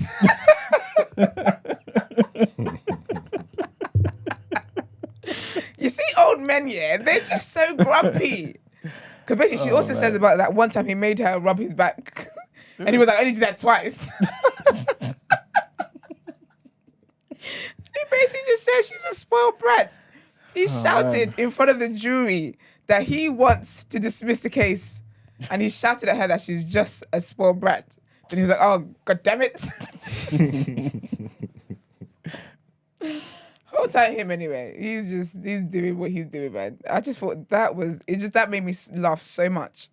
But yeah, sad news. Well, I don't know if it's sad. I just think people get the day that they deserve. But I will tell you about the story. Basically, a kill, is it a kill or a kill? A kill, I think. A kill, isn't it? Yeah. From Western. Basically been arrested on his way back. Cut a long story short, on his way back to prison again. So he went to prison in 2017. And a lot of people just found out the reasons why. So it was to do with, what's it called? What is it when you, not a home invasion, a robbery. Once you call it really what it is. I guess it was a robbery kind of thing. And he punched this grandma in her mouth. She lost a tooth. She was 60 years old. So that's why he got charged the last time when he was away for so long. And he's been out for, I think, 3 years now. And now, yeah, so basically he was found and the police stopped him and his friend. And he was found with firearms. Well, he was found with a pistol and ammunition. And from what I'm understanding is that it's like, I don't know. I think there's like a number of years you get for actually having a gun. And then per bullet is like a year, basically. It's just sad, man, because it's just sad, man. And obviously, it's a lot of the sentiment of you can't really help everybody because Western do what they're doing. Western are always on some tour, traveling somewhere, because I follow their manager and whatnot, that they're always doing something because they're successful. Like, I have all the time of day for Western, and it's like kind of life gave you a second chance to come out and do something sensible, and now here you are again. But people are not really, the sentiment, the word on road, people aren't really feeling that sorry for him. Some people are mean there. People are like, to be fair, Louis and Halle are fine. Like, you know, they were killing it when he was away and stuff. And people were like, somebody's in the camp trying to get him away anyway. But yeah, so yeah, he's facing up to 13 years from what I understand. So that's a time. That's a time and a half. But this I absolutely love. So Northwest did an interview Do you know what? You know Kanye's kids are proper like Kanye's kids. Like Kim will never be able to escape Kanye. The other day they were coming out of a car, yeah, her and the other kids. And I think it's Saint. He basically came out the car and gave the paparazzi the middle finger. I said, these are Kanye's kids. these kids. And she was like, oh, stop that. It's just so funny. But North basically had an interview with ID, with Vice basically. And I thought it was really, really cool. It was really, really cool. And it was just really, really sweet. And so like, just innocent. I think sometimes, a lot of times, celebrity kids are robbed of their innocence of being kids. And you can just tell she's just a child, man. But she's also Kanye's child. I'm going to read out little bits of it that's just so cute. But so she was asked what her favourite song is right now. And she said Through the Wire by her dad. How cute. And they asked her, do you like singing? Do you like performing? And she said, yeah, I like singing. Performing is my favourite. And I said, do you think you get that from your family? And she said, sometimes, mostly from me though. It's Kanye. That is Kanye. So then a little bit from my dad. A little bit of my dad, she said. They said, what's your favourite outfit? She said, vintage t-shirts and spider sweats. She said, what item of clothing would you like to have that you don't have yet? She said, my mum's clothes and my dad's clothes, if they fit me. We're going to, remember that. I'm going to come back to that one. They said, who's your style icon? She said, me. I love that for her. What else was there? Do you like having your pictures taken? I don't know if you guys remember when she was really, really young, her first viral video of her was her telling paparazzi, no pictures, please. Like, no more pictures. But they asked her, do you like to have your picture taken? And she said, yes, only when I want to, because I don't want to sometimes, but not by the paparazzi. So she's been consistent since she was a kid, man. Must have been 3 at the time she did that. And this was cute. She said, what's the best fashion show you've ever been to? And she said, my little sister's fashion show in her closet. How cute. If you were an animal, what would you be? She said, I want to be a mosquito because I'm allergic to them and I can tell them all to leave me alone. Sounds like a smart kid to me, if you ask me. If you could meet any person, who would it be? Tupac. In the Hollywood circles, to be fair though, Jaden Smith is family friends with them. Okay. Maybe Jada. Jada got into Northie's ears. She must have. Where is there? Something about, she says she enjoys, what's it called? She enjoys shopping for other people and basketball as well. But basketball is more a lifestyle for her. So this is what I loved here. She said, what do you want to be when you're older? She said, a basketball player, a rapper. Well, when I was 7, I wanted to be a boxer. But now I don't want to be a boxer. I'm going to do art on the side. When I'm like 13. When I'm 13, I want to walk dogs to make money to buy art supplies because everything around here is so expensive. Then she said, so a rapper, a basketball player, and I'm going to make artwork that I sell. Also, one day I want to own Yeezy and Skims. And I want to be a business owner. Okay, Love that for her. What demographic is this for? Women in business. I don't know. Who cares? Well, I'm here. No, but I'm doing it because I have to. Yeah, but I'm saying like who's the interview for? Yeah, because them kids, she's 13 though. Her friends should be reading by now. Oh, so it's for kids maybe because I don't know. This is Vice. I understand like celebrity kids, and I get it. And when your parents are so famous, you're gonna grow up in the public eye and stuff like that. It's different, isn't it? It's hard to escape it. So maybe they're just leaning into it and embracing it. But like, what? Like, why do you want to interview Northwest? Do you know what? I feel like with North, from what her parents have talked about her, she's very creative. Okay. So I think she's gonna be one of those celebrity kids that starts doing things from early. Okay. Because she does a lot of painting and stuff like that. So I reckon that. Well, she got the platform there, so I'll use it, I suppose. This is it. But I also like the fact that how they're raising them where your parents are rich, but doesn't mean that you're not going to work kind of thing. Because the fact is talking about when she's 13. No, she's not 13 yet.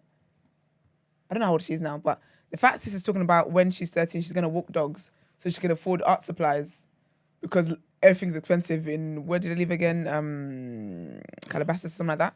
The hustler's mentality. This is it. But Kim has said in interviews as well that when she was 16, she started working, and when her kids are 16, they're going to get part-time jobs. I love that for them because you got to raise them right, man. 100%. Discipline. 100%. I'm not sure if it is that you were serious about a question who would be interested in this interview, right? But how about Drake's child? Who the hell wants to see Drake's? Who gives a shit about Drake's child? He was on his What's album. his name again? Adonis? He was on his album. Yeah, but I wouldn't. Again, the people, celebrity culture. I don't. You know what I mean. I don't buy into a lot of this stuff. I don't take no place, no stock in none of this crap.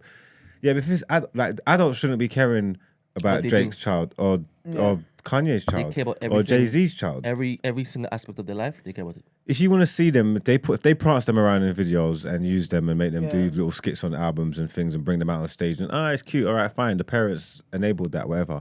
Why would you want to go and see or read an interview, the sit-down interview with any of these people's babies? Like, who the hell cares? I wasn't joking about that. No way. Beyonce's daughter. How many people would watch that? I don't know. But that's the thing, we're subjected to that. I don't know why no one remember cares. when the Renaissance store started, I said, I'll be honest with you, I didn't want to see Blue Ivy on stage.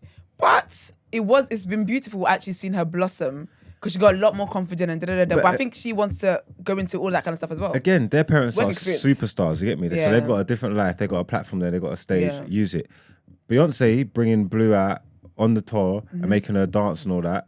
That's the parents enabling and facilitating that kind of behavior, and there's nothing wrong with that. That's fine. This has her mum, that's her kid. That's what you want to do. You're paving the way for greatness. That's different. I still wouldn't give a shit about no sit-down interview with Blue Ivy, and I don't understand why anybody would. I hear that. Yeah, but a lot of people would. No, I'm sure they would, but I was just asking who. I was asking who. Everybody who's it's interested adults. in that, the adults' lives. And that's what's interesting because when you think about it, ideally it should be North's. Or she's 10 years old. It should be her age mates that care about it. But her age mates don't know that Beyonce, Kim Kardashian, they don't know who these people are. So Brent's right. It ends up being the grown-ass adults who plan to have their kids worrying about someone else's kids. Yeah, they're worried about all the wrong things. And they're like, I want to have my child do the same thing, follow the same path. I'm sure you do. I'll be honest your with you. Child, you're not... Anyway. You don't want your child plotting and scheming to take over your business. They might get you out sooner than you think. Yeah, you don't want that. That's the whole insurance fraud that goes on over there. You don't want that. But no, man, big up Northwest, man, and their parents raising her right. I think it's nice though to see some like celebrity kids being raised with the right principles of life and stuff like that. I think it's very, very important, especially in the world they live in. Because when you look at them Disney stars, the Disney kids, a lot of them. Britney was one. What's it called? Orlando Brown was one. Like. Ravens are right now. Well, she had a time. Do you know what I mean? There's a lot of them that just Mary-Kate and Ashley. They look like what they've been through in the industry. Do you get what I mean? So a lot of it's nice to just see, kids being raised normal and just having their innocence and stuff like that. So, and I guess for the people who are influenced by stuff like this, I guess it will influence how they raise their kids. We live in a very funny world. Very interesting world we live in. But anyways, remember they don't do nothing. It's not like they put them to work. Like Jaden Smith, he was a karate acting, kid. He was acting from time. He was so working. you sit down and interview this kid because he's an actor. Yeah. Do you feel what I'm trying to say? He's not just a man to do. He's doing something. Yeah, that's true actually. So I would get it. These little youths, they're not doing nothing. Yeah, they don't do nothing.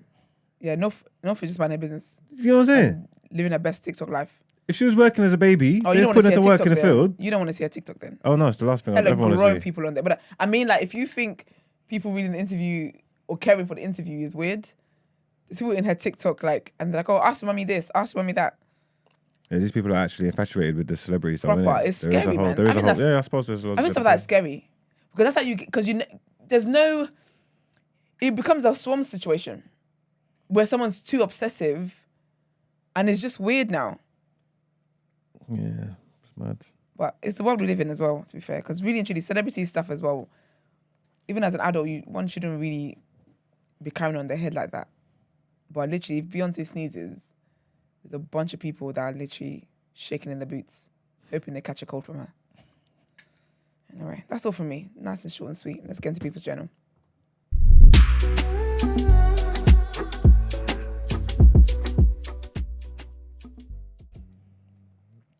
All right, people, welcome to the People's Journal, where I give you the news from an economics point of view. First thing I wanted to mention, is remember before we were talking about all the strikes to do with the railway and things of that nature. Oh, yes. And, everyone kind of petitioning for, well, not petitioning, but they're striking so they can keep their jobs and have favourable conditions, right? One of the things that they were kind of striking against at a certain time anyway, earlier in the strike, was against the closure of ticket offices. Remember about how the government basically decided that all ticket offices are going to be closed. Oh, yeah, okay. And I think you're starting to see it in certain places already, right? Basically, online, innit? Yeah, basically the government's U-turned on that. Yep. So It's looking like the 1,007 train stations that were meant to close all their ticket offices and things of that nature, they're going to be remaining open, man. So yeah, apparently just it didn't have. Well, this was based on a public, a more what's the word? A public consultation, right? And basically they looked at it, and it looks as though the consumers are not really benefiting from those ticket offices being closed. Their whole idea was about saving costs. You know what I'm saying? Why are we keeping these offices open when people don't necessarily use them as much? We're wasting money on keeping them open, staff in there, things of that nature. People are always in the ticket offices. But yeah. But I guess more and more people are doing stuff on the apps now. They're You using would their do, but machines and things of that I get nature. cutting costs on that, but like, how can you? There's nothing like you can't make options a bad thing. Like, and when you take them away, like you make something lesser than that. You know what I'm trying to say? There could be multiple reasons why someone can't go online, or you couldn't get online, or things change or whatever. Like, to have the ticket office there that you can go to and speak to a human being on and pattern up. That's a positive. You know what I'm trying to say? Like, I don't think anybody would have voted to get rid of them, even if you don't even really use them. Because one day you might need to. You know what's like? Because I was on train the other day, and there were these tourists. They're not from here. They don't live here, and they were in a pickle because basically they were on the train or whatnot. They need to get to the train or whatever, or do something that involves trains. But you know how it's all cards and whatnot, and there was no ticket people there, but the card wasn't working, and they were trying to literally come up with a plan of how it was that they can pay for this thing, and it was like every single answer came back to needing a card because they were like, yeah, they don't take money on. I think it was to do buses or something. Yeah, I think it was to do buses. Like, they don't take money on the buses, blah, blah. The person was like, yeah, but if I was to buy an Oyster card, I still need my card. If I was to buy a ticket, I still need my card. It was a whole thing. Yeah. But they didn't think about that because they keep marketing, telling people to come visit Buckingham Palace and whatnot. If there's nobody in ticket offices, how are people going to know how to get around? This is true. Anyway, where's the money that they're saving going to go? That's what my question every damn time. That's a big question. I guess they would argue it would go to salaries. Then we could then give you more in line with inflation. That's the argument. They'll say that. They will say that. But watch how many strikes we report in January. Well, long story short, people are happy that they're not closing it. You know what I'm saying? They've U-turned on it, right? So that's the first thing. Next thing, this is not good news. At the moment, it's good news because apparently the price of oil per barrel is predicted to go down. Right now, it's at $90 a barrel, and it is predicted to fall. However, the World Bank has come out and said, guys, let's not get too excited. This conflict over there in the Middle East, it could push the price of a barrel up to $150. When they say oil, is that like petrol and stuff? Yeah, so it's going to translate to that, yeah. It's going to, oil. It's crazy. Yeah, man. So vegetable oil. But yeah, man, what they're saying is in a worst case scenario, it could be like a repeat of what happened during the Yom Kippur war. So basically where Arab nations who were against the US and those who were supporting Israel during that time, they cut off all their production to those countries, their oil. So obviously that just made the price of oil just go up like crazy. And we've seen something similar happen during the Ukraine and Russia situation, which I feel like we're still, you know what I mean, experiencing the benefits of. Sorry, not the benefits, the bloody effects of. So yeah, at the moment, nothing to be too worried about. But again, it depends on how long this war goes on and who jumps in and who gets involved and things of that nature. So like I said, the World Bank is predicting potentially that things could go up if this conflict continues to escalate.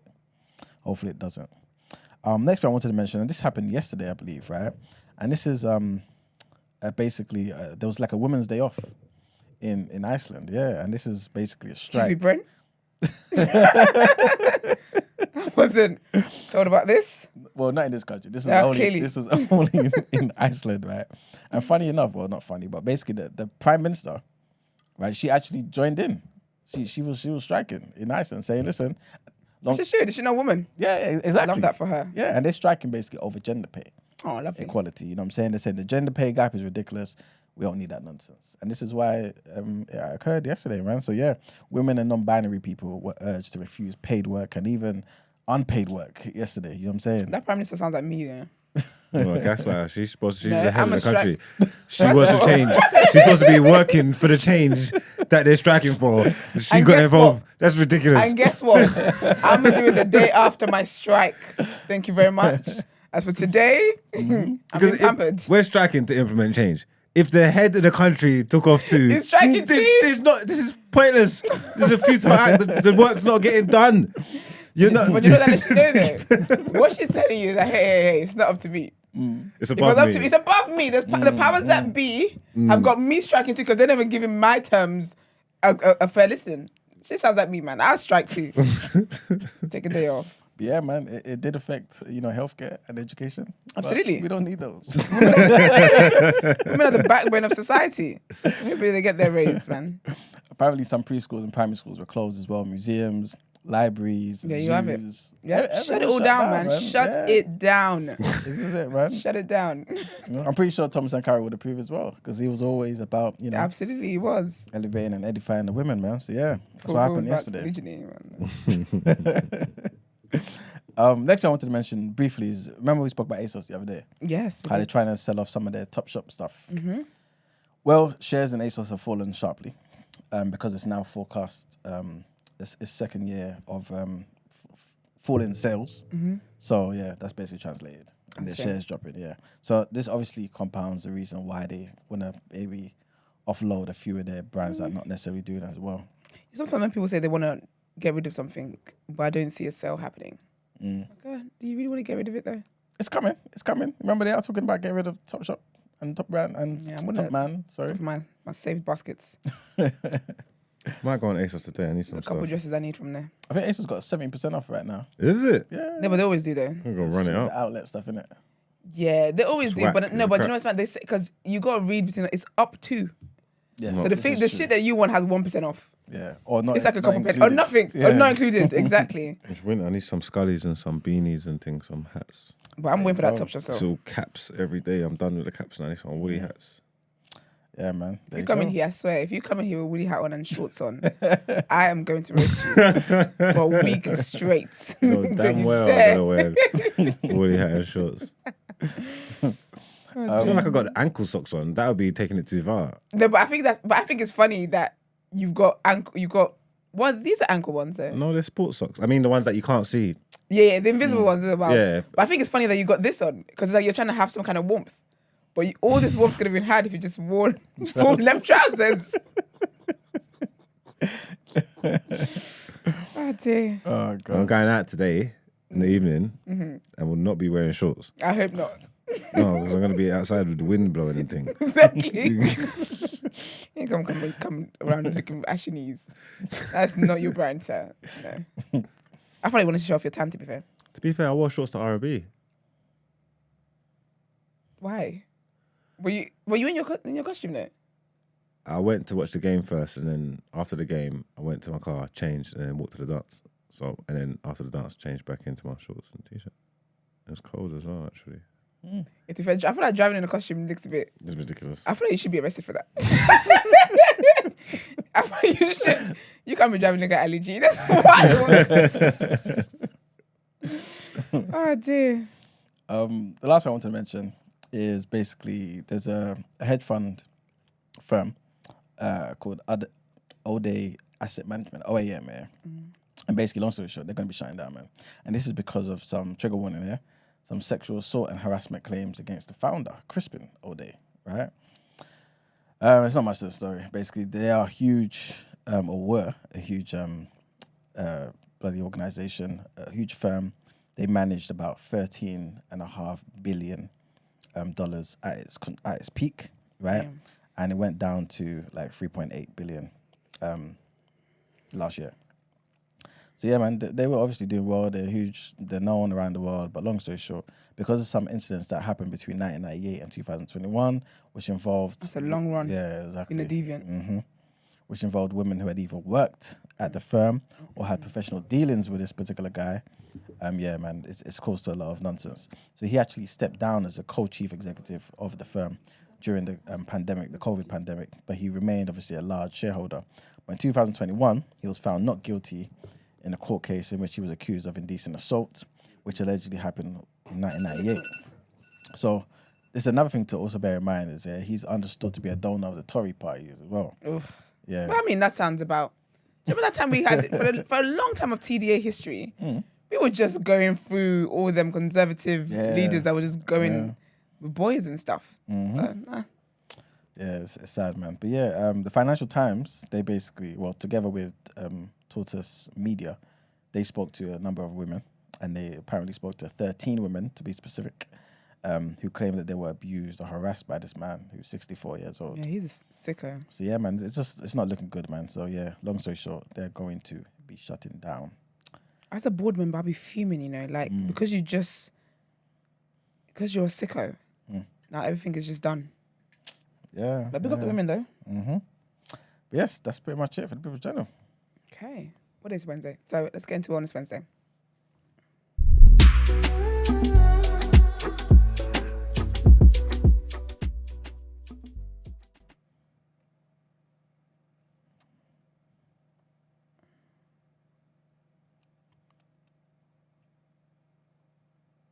Hakuna Matata.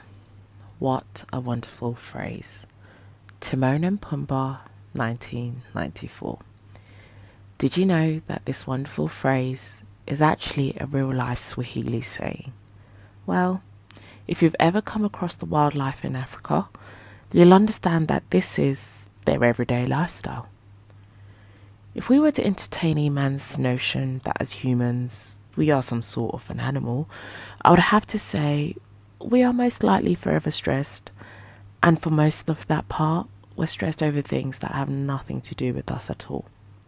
Take the elephant, for example, one of the big fives. These are creatures with tough skin and are enormous in person. They spend 22 hours eating, and so they conserve a lot of their energy throughout the day. Now, when you see an elephant up close, that thing is huge. However, there is something so beautiful about the strides it takes and the sheer silence it moves with for such a large land mammal, if not the largest. Whilst we all may carry a lot of weight on our shoulders, and though we believe we are made of tough skin, sometimes remind yourself that Hakuna Matata. When your friend has let you down and bailed on that dinner, Hakuna Matata. When your colleague has left you all alone and now you have an extra load of work to get through, Hakuna Matata.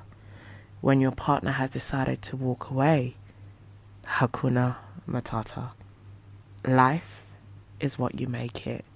So don't worry, be happy. So your partner walking away, Hakuna Matata is so funny. All right, lovely, thank you. Let's get into our last headlines for today then.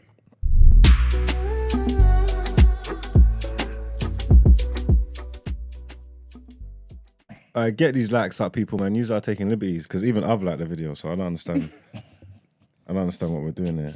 And there's damn near 250,000 people in there. Yeah, that ain't it. That ain't it. That ain't right. Can you get the likes up, please? Come on, Thank you man. very much. Thank you, guys. All right, so our next headline.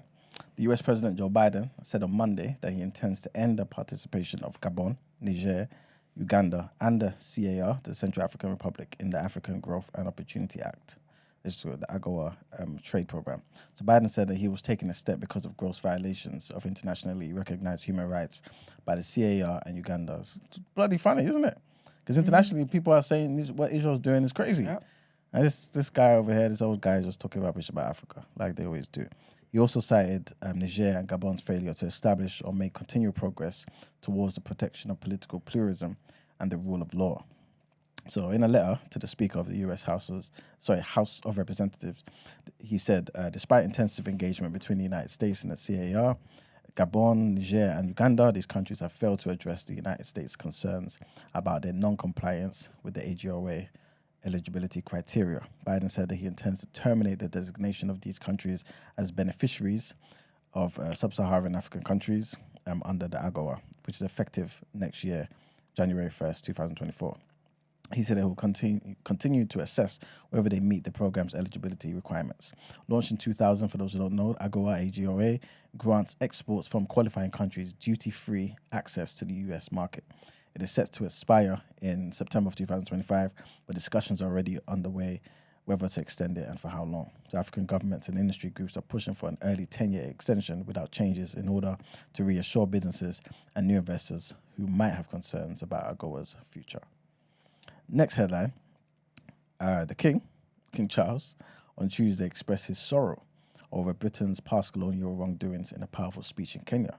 So at a state banquet in Nairobi, King Charles became the first monarch to express his deepest regret for British-led atrocities. You remember, everyone was talking about how Queen Elizabeth never apologized. You know what I'm saying? King Charles, he's done something. He would have been modern, to be fair, though. There you go. So he's expressed his deepest regret. These are his words, my deepest regret. They included Britain's repression of the Mau Mau uprising between 1952 and 1960. We saw what those bloody people did during that time, when thousands of Kenyans were executed, they were tortured, and they were maimed in the colonial government's cruel crackdown. So again, this is our parents' generation, you know. Nothing's changed. But anyway, his words come amid angry calls from activists who want Britain to pay millions in compensation for its colonial legacy. A decade ago, the British government paid nearly £20 million in compensation to Kenyan victims of torture during that uprising. The Kenyan President, William Ruto, told the banquet that while there have been efforts to atone for the death, injury and suffering inflicted on Kenyan Africans by the colonial government, much remains to be done in order to achieve full reparations. The king said, in coming back to Kenya, it matters greatly to me that I should deepen my own understanding of these wrongs and that I meet some of those whose lives and communities were so grievously affected. None of this can change the past, but by addressing our history with honesty and openness, we can perhaps demonstrate the strength of our friendship today. And in so doing, we can, I hope, continue to build an ever closer bond for the years ahead. And that's it for the headlines. It's time to pay the bills. Nice. Let's get into reaction.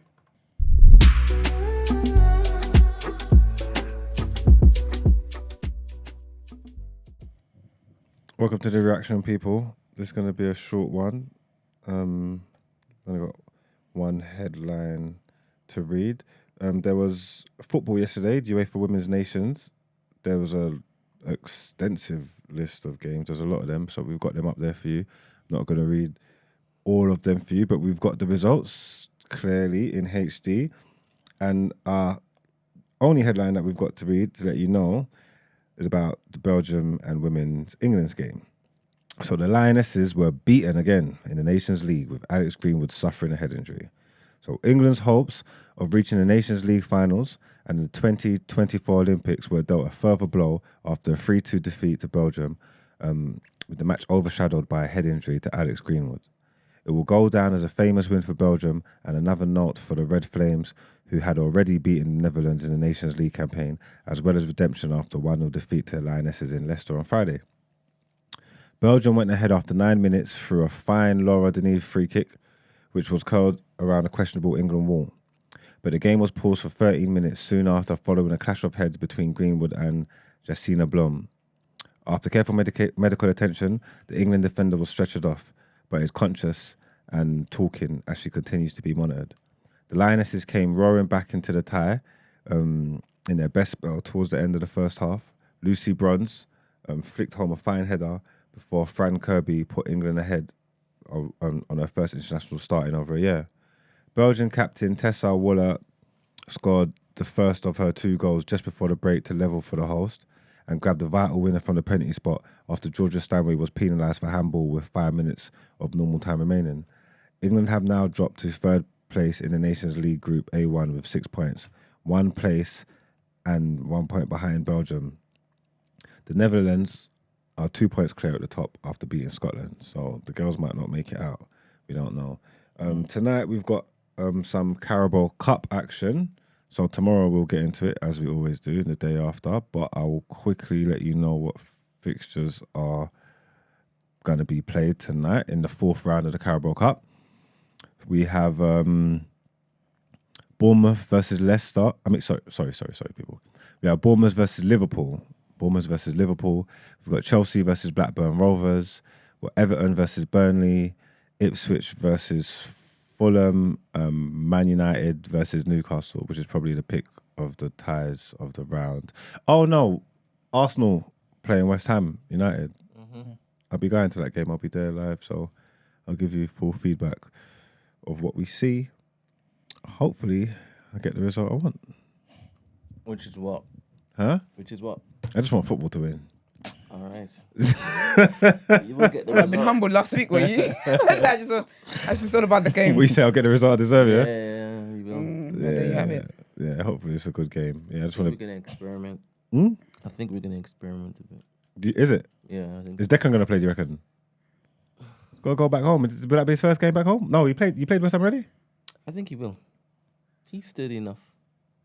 I'm so glad he's coming good, man. I told you so. And I remember when I was talking about Declaration of Rice and you were chatting rubbish in the chat. It weren't just Brent, it was in the chat talking all this nonsense about him.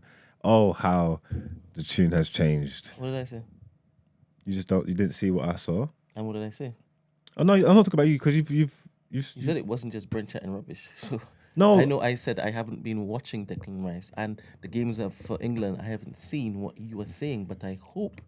No, you've been converted. Right. That wasn't a message for you. You didn't need to stand up for them. There's a lot. I don't want to call them names. I wasn't standing for anybody. I heard my name being called. Okay, so I shouldn't have called your name. But there's a lot of people in the chat that was talking absolute nonsense. You get me? And they're not talking nonsense anymore. What the tune has changed. It's a win-win. Huh? It's a win-win for anybody who's quote-unquote chatting nonsense. That's true. That's true. That's true. You got to big up yourself. But that's all the sports news we got today. Ooh, can I mention one thing? Of course you can. What's that guy's name? Embiid. Is it Embiid? Joel Embiid. Yes. So he's been fined, man. Is it? Yeah, he got fined for apparently using some obscene gestures, making obscene gestures. He was doing the D Generation X thing. It might be that, yeah. He done like a slam dunk, and when he finished, he scored. Okay, yeah, he got fined. It was a bit excessive. He done like 6 of them or something. I'm not sure. Not 6 of them. He's been fined 35,000. Is it? Yeah, man. He's been 35 fined. racks. Mm-hmm. God damn. Yeah, man. Taking the fun out of the game. I'm not gonna lie. When I saw it, I did think it was a bit much because obviously they could do what they want, and if they do anything antagonizing, they'll probably get texts and stuff. I don't know if we got called on it at the time. It made me think of the rule that they put in the NFL because they just try to suck the fun out of the game with the NFL. They can't really celebrate properly anymore. You get me? So when I saw him doing that, I was like, whoa, okay, it was a lot. So the fact that something come of it, I'm not surprised at all. Yeah. 35 grand. 35. All right then. Well, he's an enemy anyway because he left. Was it Cameroon? Yeah. He left Cameroon to go represent America. Terrible. Tut. Is he like a top player though? Oh yeah, of course. Did he ain't, no, actually, Jokic won, but has he won an MVP in the last couple of years? He might have. I think he might have won last year's MVP. 6-time MVP? All-Star. Yeah, and he was named NBA MVP in 2022-23. Yeah. Yeah. You dumb. You looked up. So, yeah, man. Oh, damn. Yeah, no, Embiid's a big deal, man. He's a top player. He's one of the best bigs in the league. Easy. Yeah. Top boy. Wow. But yeah. All right, cool. That's the end of our reaction. Let's get into Done Out Ere.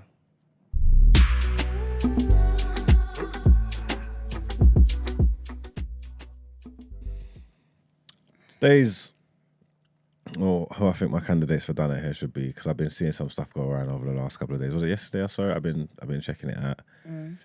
E-Man's friends, man. Ooh. The Conservatives, man. They're just associates. Your people, them. Have you seen some of the news coming out about the COVID inquiries? Yeah, man.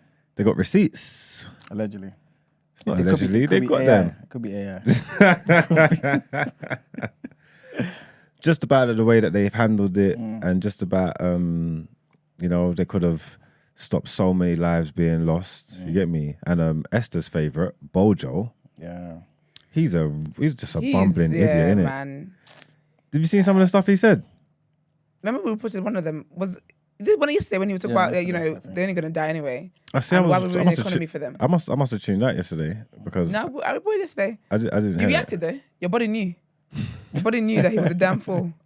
I must have tuned out because literally, I didn't know that they had it like on wax. Like, you get what I'm trying to say? Like, Word for word, bar for bar. Yeah, like I thought it was just Hearsay. conjecturing these things. I didn't know they had it on wax. I didn't know they got proof. Now they You get quoted me? him.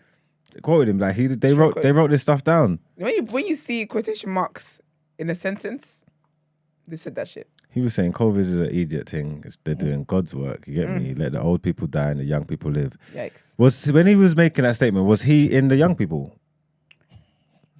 Yeah, because that's a valid question. Because those are his peers. That's what I just wanted to know. Like, was he? Those are your mates. Because he must have felt safe enough to say that. He must feel he's with the young people, right? Yeah, he must do. Especially since he survived. Remember? Yeah. Oh yeah, he had it as well. Mm-hmm. It would be interesting to know whether he said this before or after he had it. Because if he said this before he had it, that didn't have means it. he got the day He didn't he have deserved. it. He didn't have it. No. He didn't. Remember when it is Do you that reckon he was just on holiday? No, he was trying to dodge heat.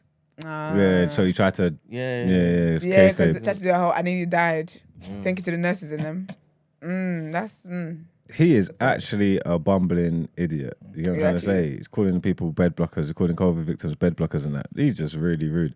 But what I think the Conservatives need to just be done at it, but Boris is all of them as well, because that was their leader for one at the time. It's not just for that incident, but it's like they're really trying to like bring him back. Like they're trying to drum up a lot of support so he can just come and do more foolishness again. Speak to us to the mindset. Like, why do they want him back, Iman? I have no idea, you know. I have no idea. But do you know what it is? I think because he was the only one that's been elected. I believe. Oh gosh, that's so true, you know. The only one that's been elected. So... What's that tall one? Theresa May, was she elected? No, she took over from Cameron, right? She was there for time. Cameron. Yeah, It's she not took an over from official Cameron. election though. It was just keeping it like more of the same. When he went in the first place, he wasn't elected. But then he won the election. Yeah, but I mean, it's just So that means he came in, you lot was happy with me because you voted me in. Everybody else ain't been voting. Everyone just taking over from the last guy. You know what I mean? So I think people feel like, you know what, since he was elected, the people chose him. You know what I'm saying? It's like, cool, at least we've got someone that the people like. So potentially if he comes back, the people might still like him. surely after this they got to mute yeah, this not after talk. this. Surely this is he's done that and he's done. Like they don't want it. Surely he can't go back to the helm, Yeah. right?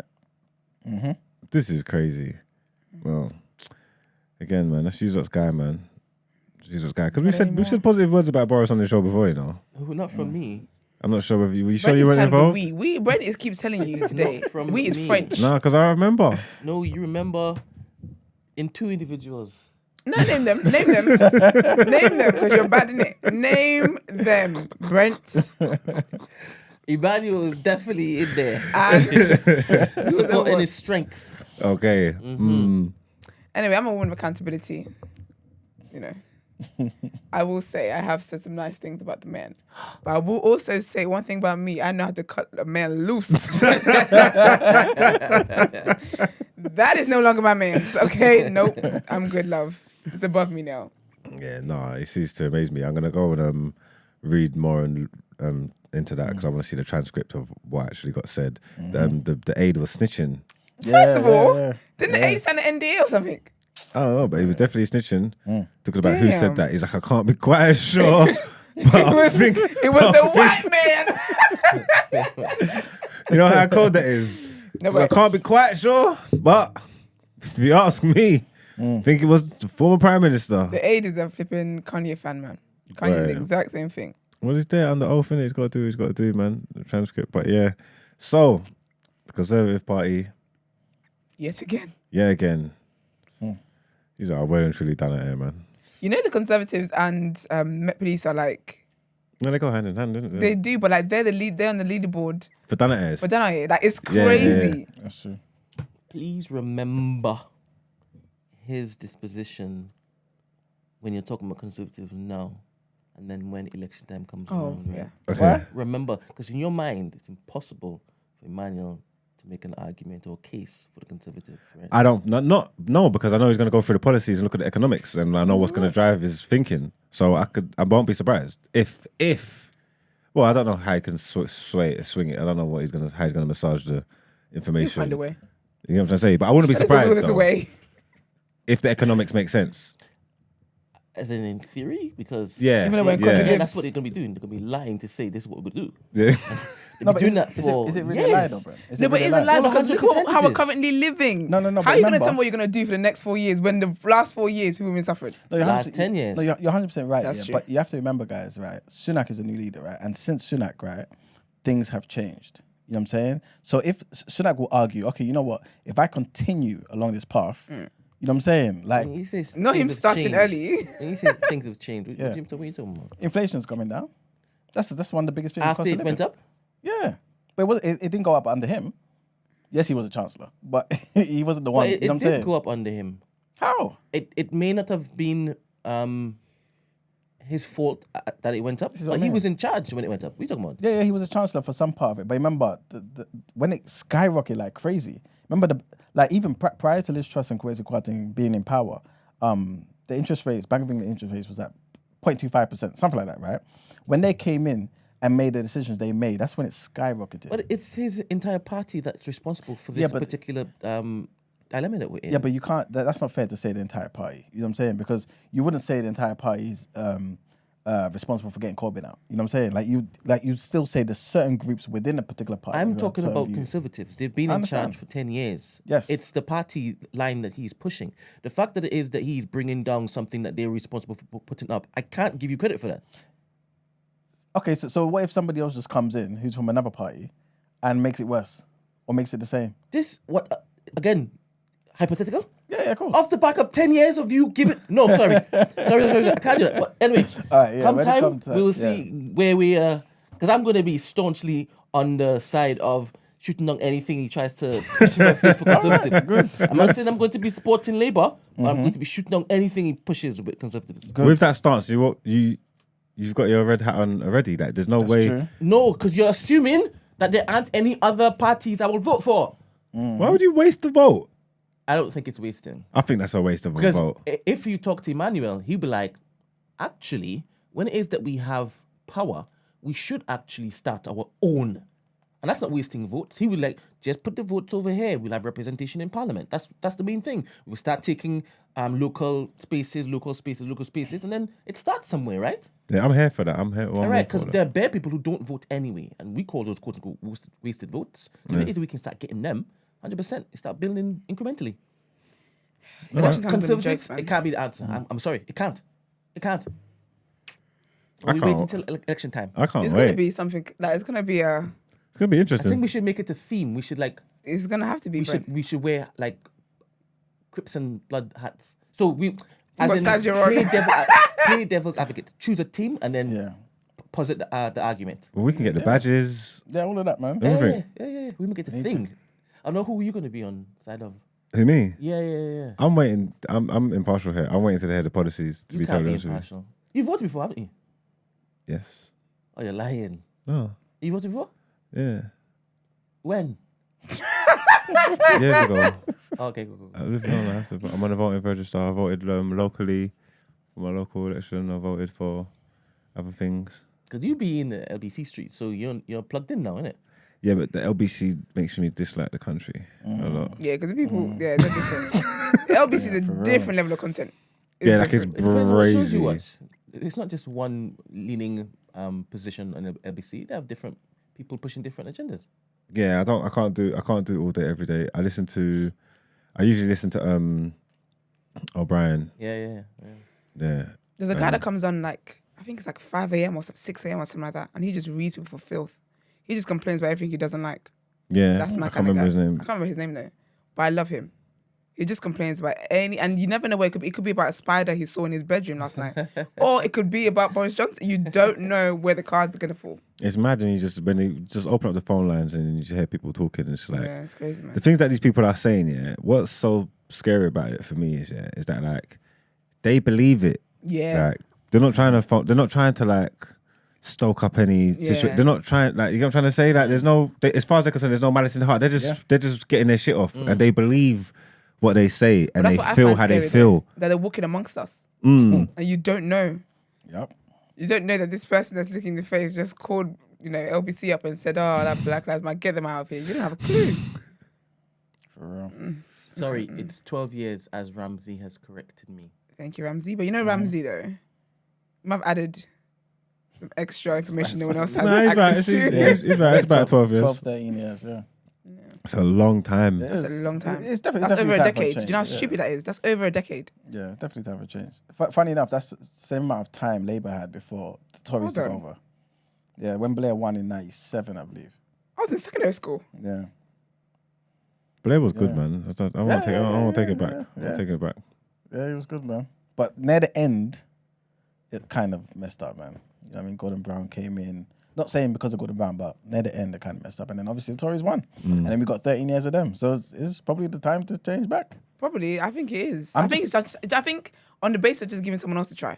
Let someone else have a go. Because really and truly, we've actually been doing, you can have a go with the prime ministers anyway. Yeah. On the basis of let someone else have a go, let's see what could possibly happen from here. Just that alone, I think is Do you know what it Would is? you vote? Where did I you think vote? I'm just a little bit. I don't know, man. I'm trying to think of the word. Fearful of Keir Starmer being in power for that long. But you sound like you got Stockholm syndrome now. Why? You don't realize you're oppressed. Conservatives. Yeah.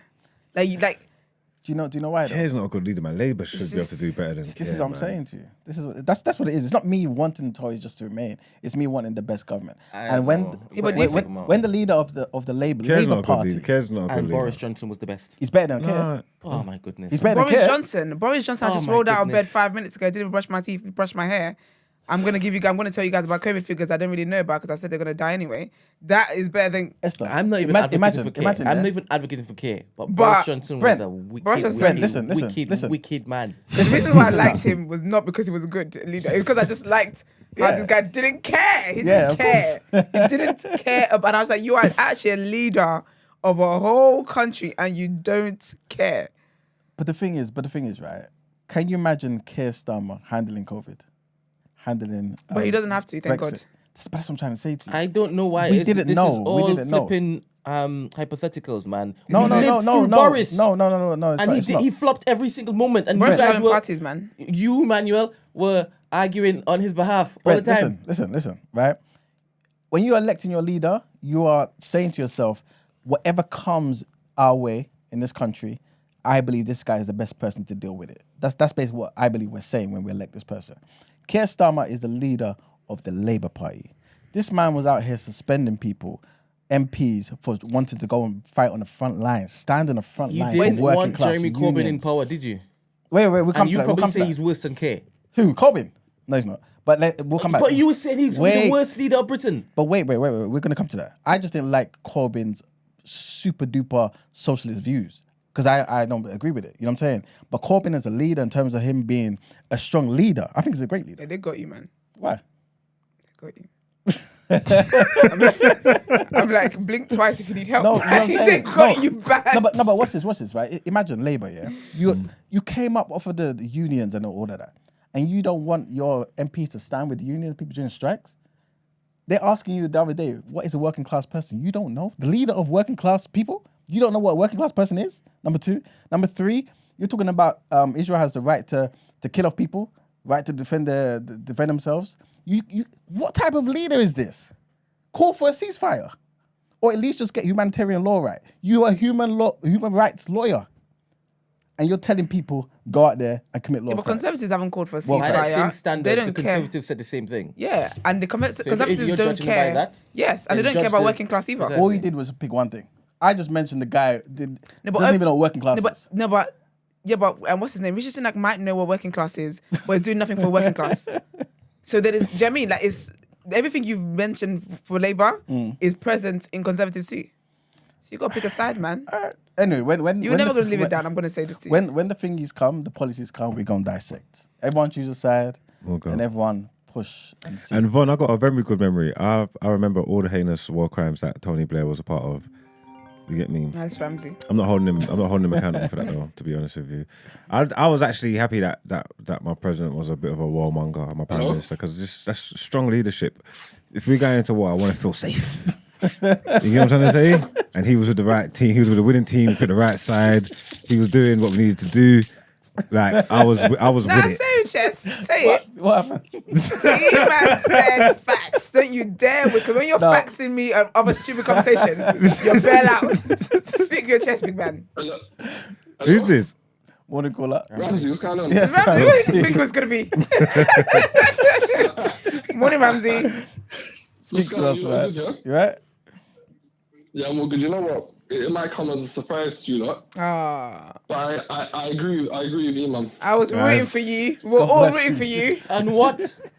And what Oh, now you sir? care about what one. So what Eman said about Keir not doing anything for Palestine was right, and the Conservatives have done more than the Labour at this time. And I say that because lay it out, please. Sorry. What the hell? Sorry about that. I'm just at work. Yeah, go ahead, Brent. No, you go ahead. You should lay it out. You go ahead. You tell me how Conservatives have done more. for Palestine and So currently there is a conservative, I think he's a conservative frontbencher, who's going to take the current government to court for allowing Israel to run war crimes. Yeah. Labour have done nothing. He still to this day hasn't condemned Israel for their war crimes. He's done nothing. He's losing all of his staff, but they're still following the narrative that we're not going to do anything in regards to foreign policy unless the US have done it.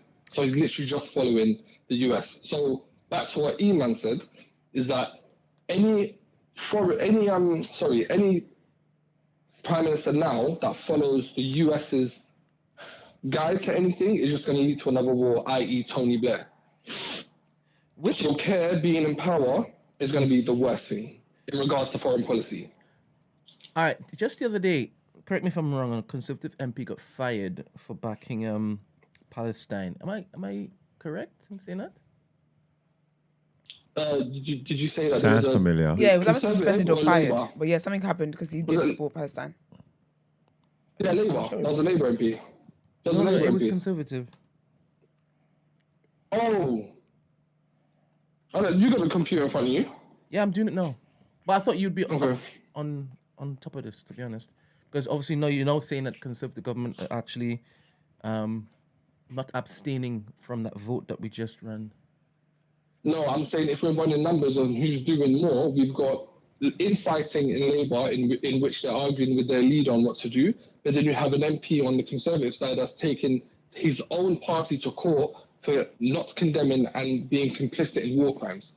So it's 1-0 at the moment. All right, so his name, no, it's not 1-0. So his name is Paul Bristow, and he was a Tory ministerial aide. Sorry, he wasn't an MP. Oh, okay. Yeah, Right. yeah. Well, So tell me something. The government in charge right now is who? Conservatives.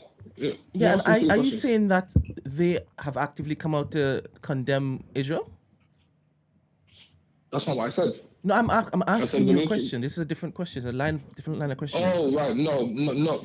The Rishi Sunak hasn't condemned them, no. And right now, Labour's in power, right? Yes, they're supposed to be the opposition, 100%. But who's in power currently? Tories, isn't it? So anything that the UK does, the Tories are going to be held responsible for it, right? They're leading the charge, yes. no? At the moment, yes. All right, so I find it difficult for you to say that Keir Starmer is doing worse than Sunak in this regard. No, I said Keir Starmer will do worse because while Oh, he has nothing to lose, Hypothetical again. while he has no, it's not hypothetical because he's more than likely going to win.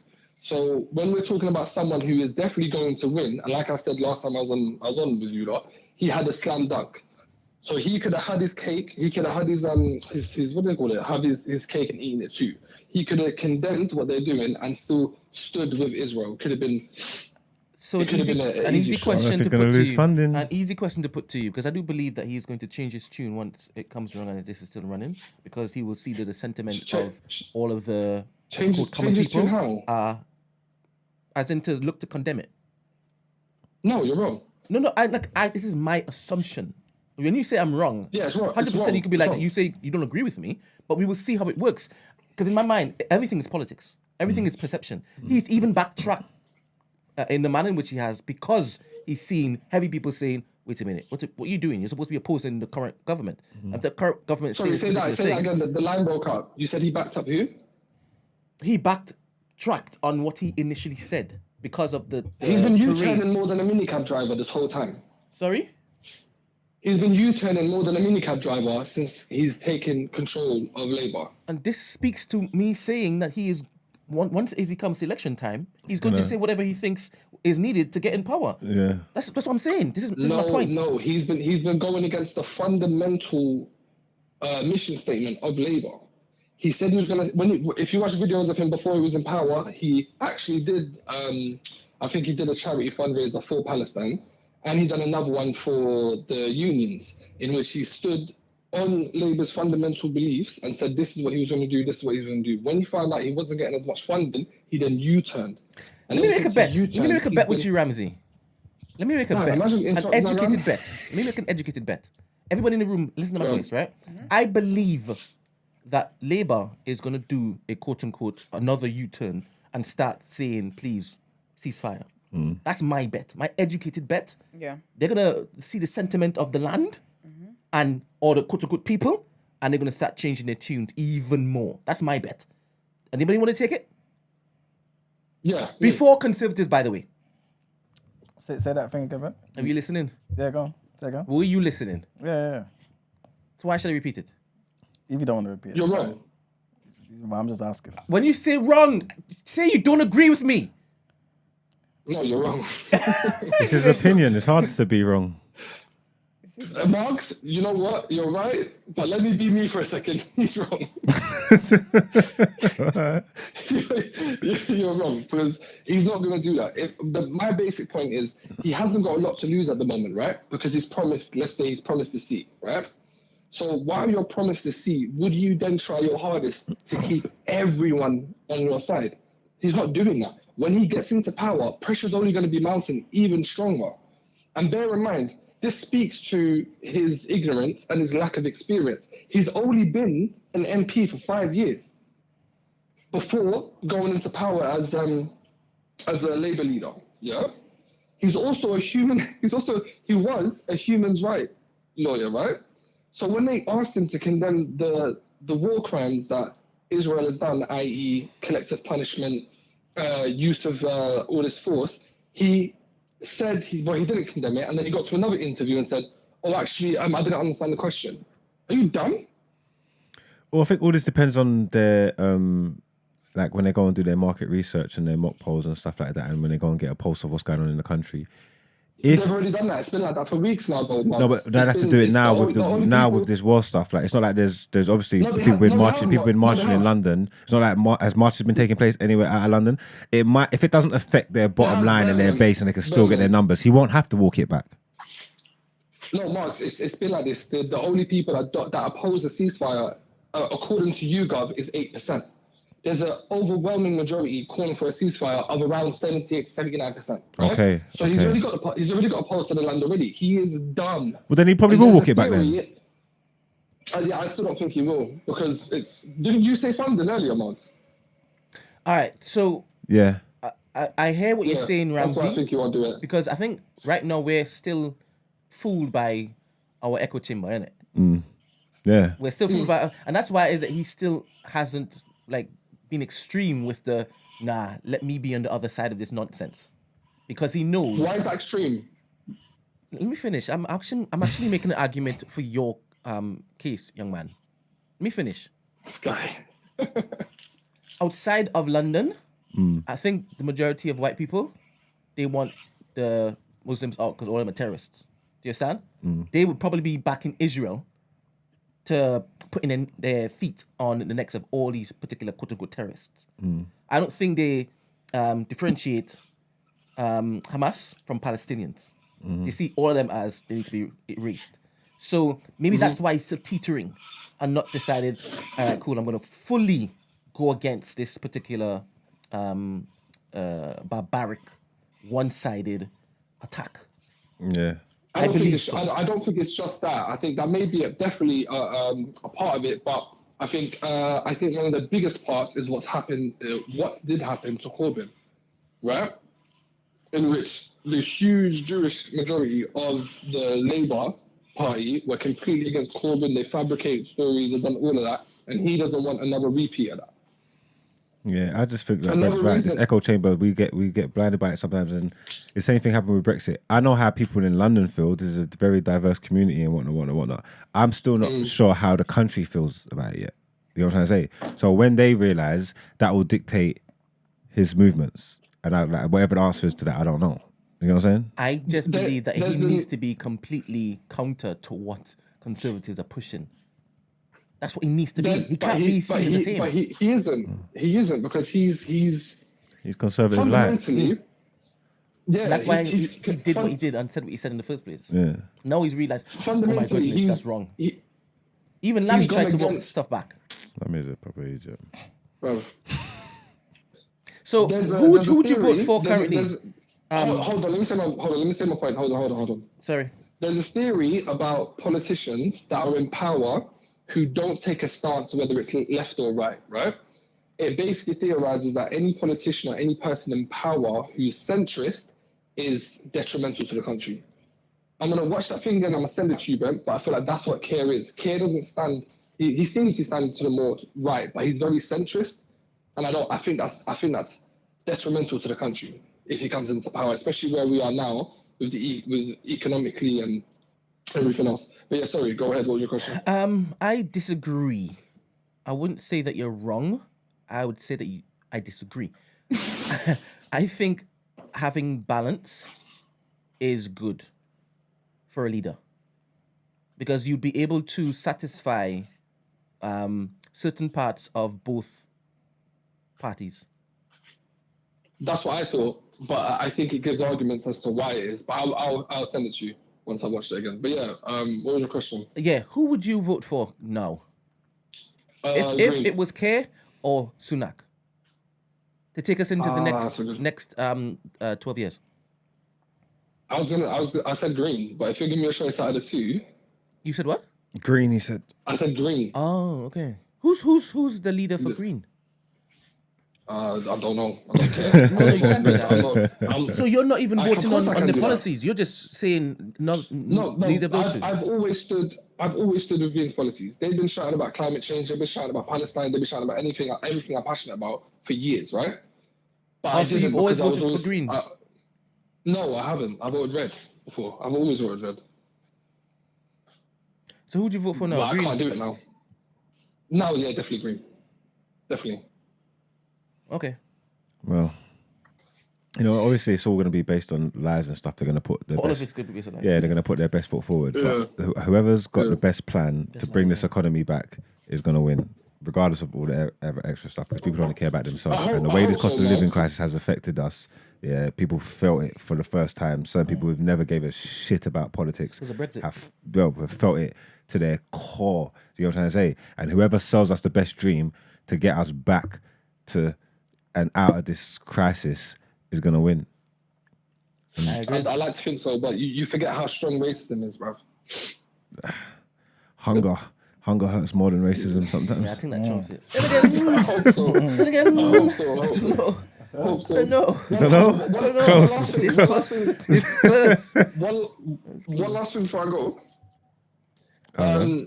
What's this narrative that you lot got about me and facts? Like Esther said it earlier. She's like, what's that about? About you and facts? Yeah. Yeah, you just Ramsey facts. Yeah, you just say it without No, I justification. don't. No, but you just told me that I was wrong for sharing my opinion, innit? I mean, whatever it is, you're not. Iman's worse, so I think that's something too. Yeah, so you don't have I to think worry. that's a positive. You're second. Do you know what I mean? Like, I think that's a positive. I speak real facts. Debatable. That's an Iman fact.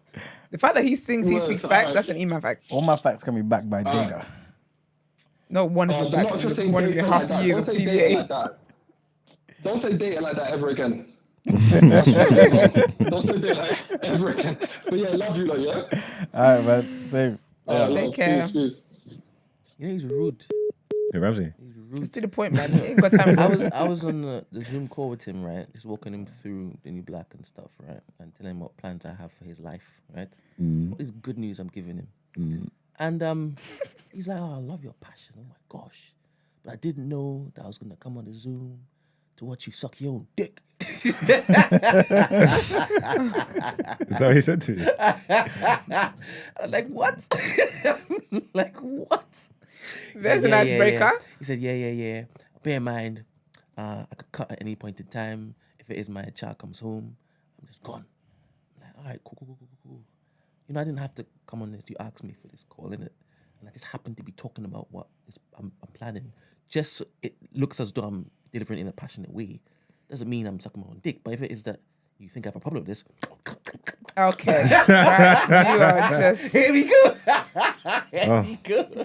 Well, I think that's that. He can't turn it off. That's just him. Just he's the type of guy, right? You know when it is you hear somebody on the train and they're acting belligerent, right? You can rely on him to stand up and be counted. okay. You start not just talk. Yeah. That's what I love about Ramsey, man. I hate the whole facts. But Ramsey's a guy that you can rely on, man. Is he a doer? He's a doer. Big up Ramsey then, man. Big up Ramsey, love a doer. All right, but even with that being said, the Conservatives are still down there, so. Always. 100%. Ramsey facts. That's actually this where we at. Yeah, let's get into the actual.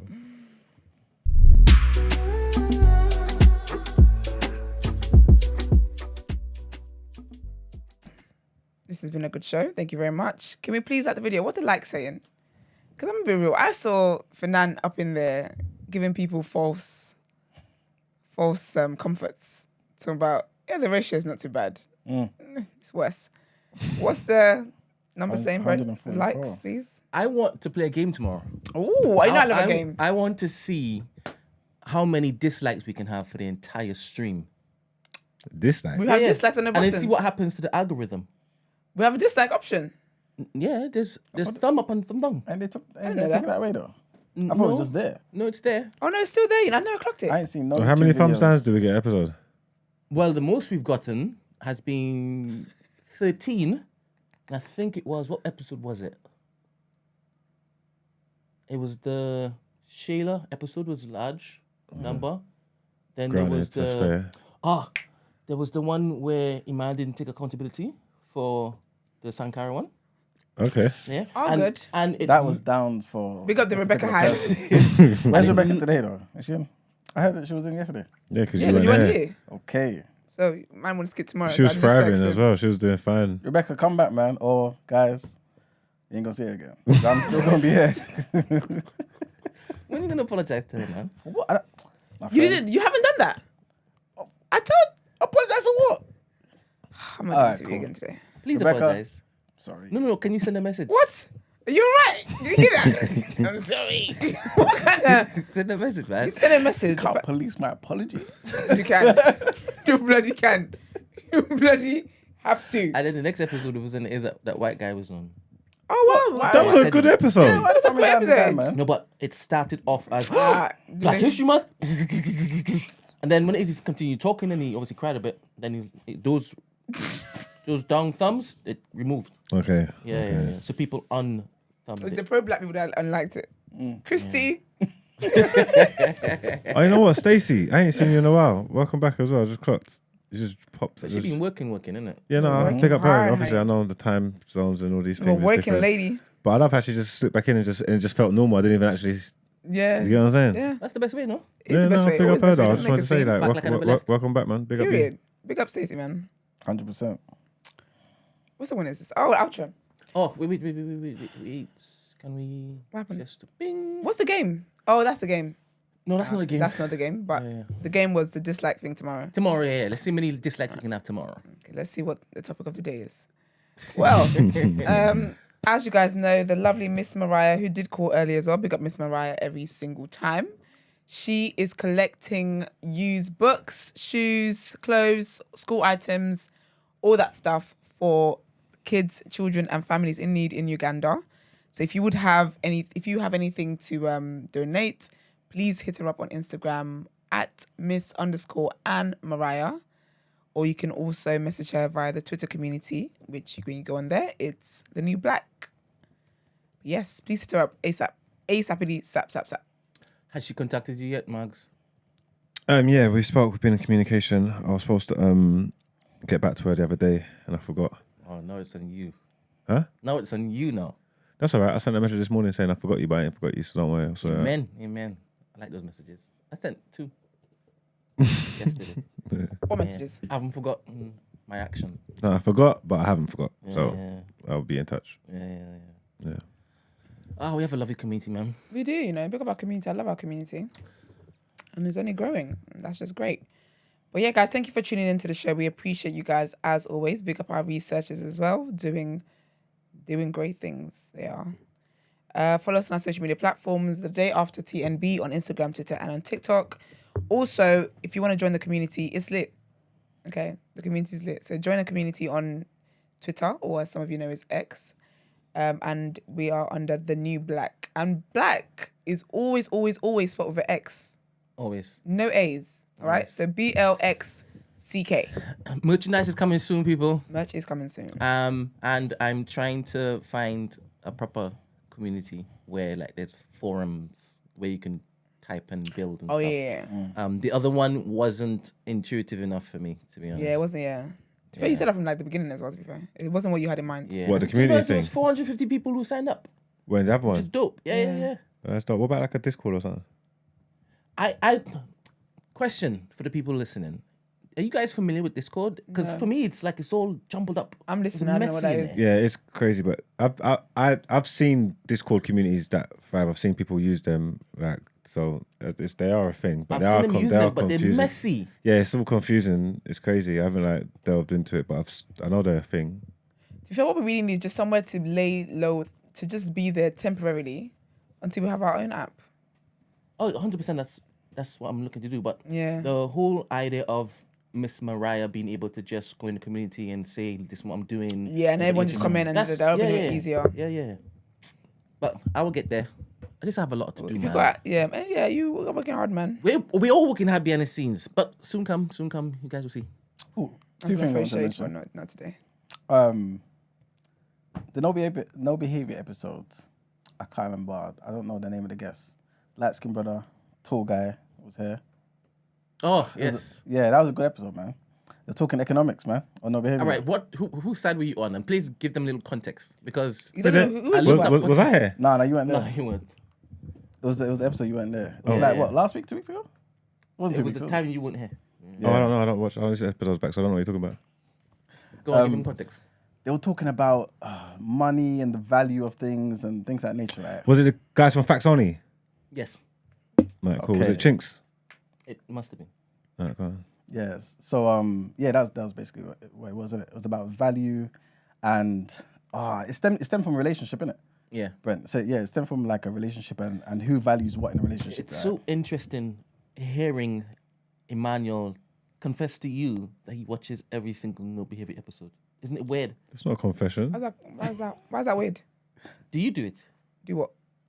Listen to every episode from No Behavior. Do Any I episode. like- This is the end. This Do is I any like- episode. Do I like my blood pressure? Are you asking if I want to die yet? Yes, because I know Emmanuel, I'm thinking, is this the content you look to invest in? It's good That's so funny content. to me. It's great good content, man. content. This is so Everyone funny to tune me. into no behavior, man. No, Period. 100%. 100%. I'm Birmingham in that. Come what I'm Birmingham saying. live Show show up. weekends. 100%. Any in man. Birmingham crew, shout me. I'm gonna be there all weekend as well. But some people have asked me, how come if Emmanuel looks to like big you up all the time, how come you've never invited him on as a guest to meet loons in person and see how y'all?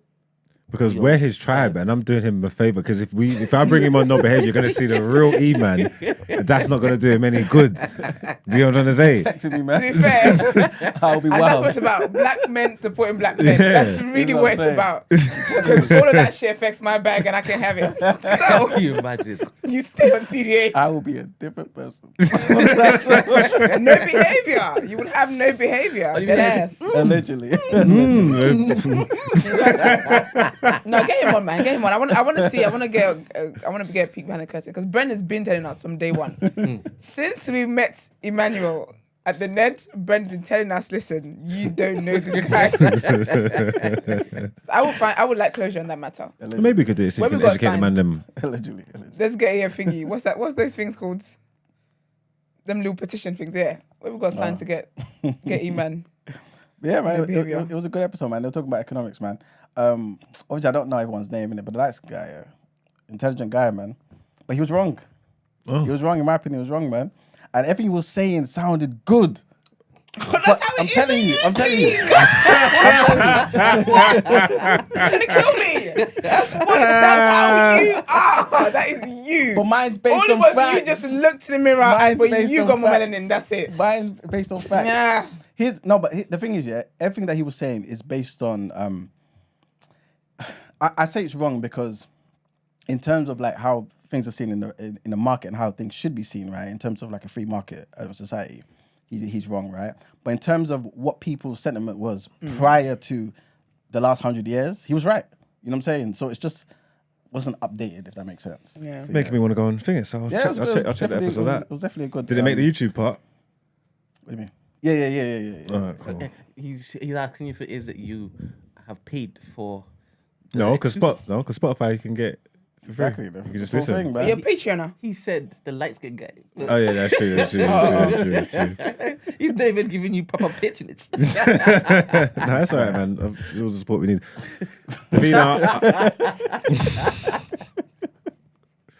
Davina, I'm going on.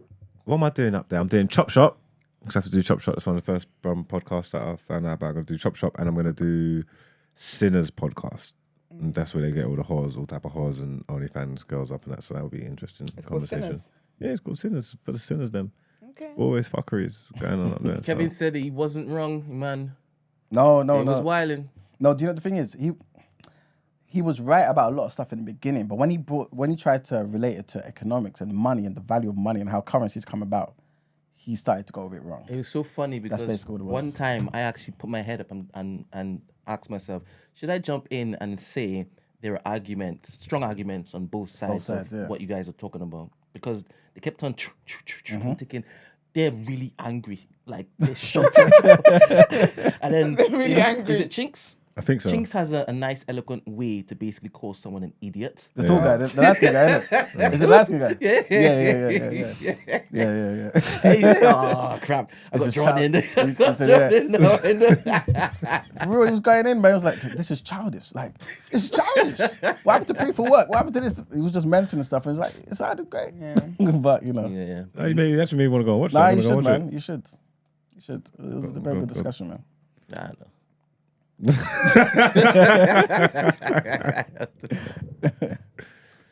Yeah, Esther, as you were. Oh yeah, I forgot. Yeah.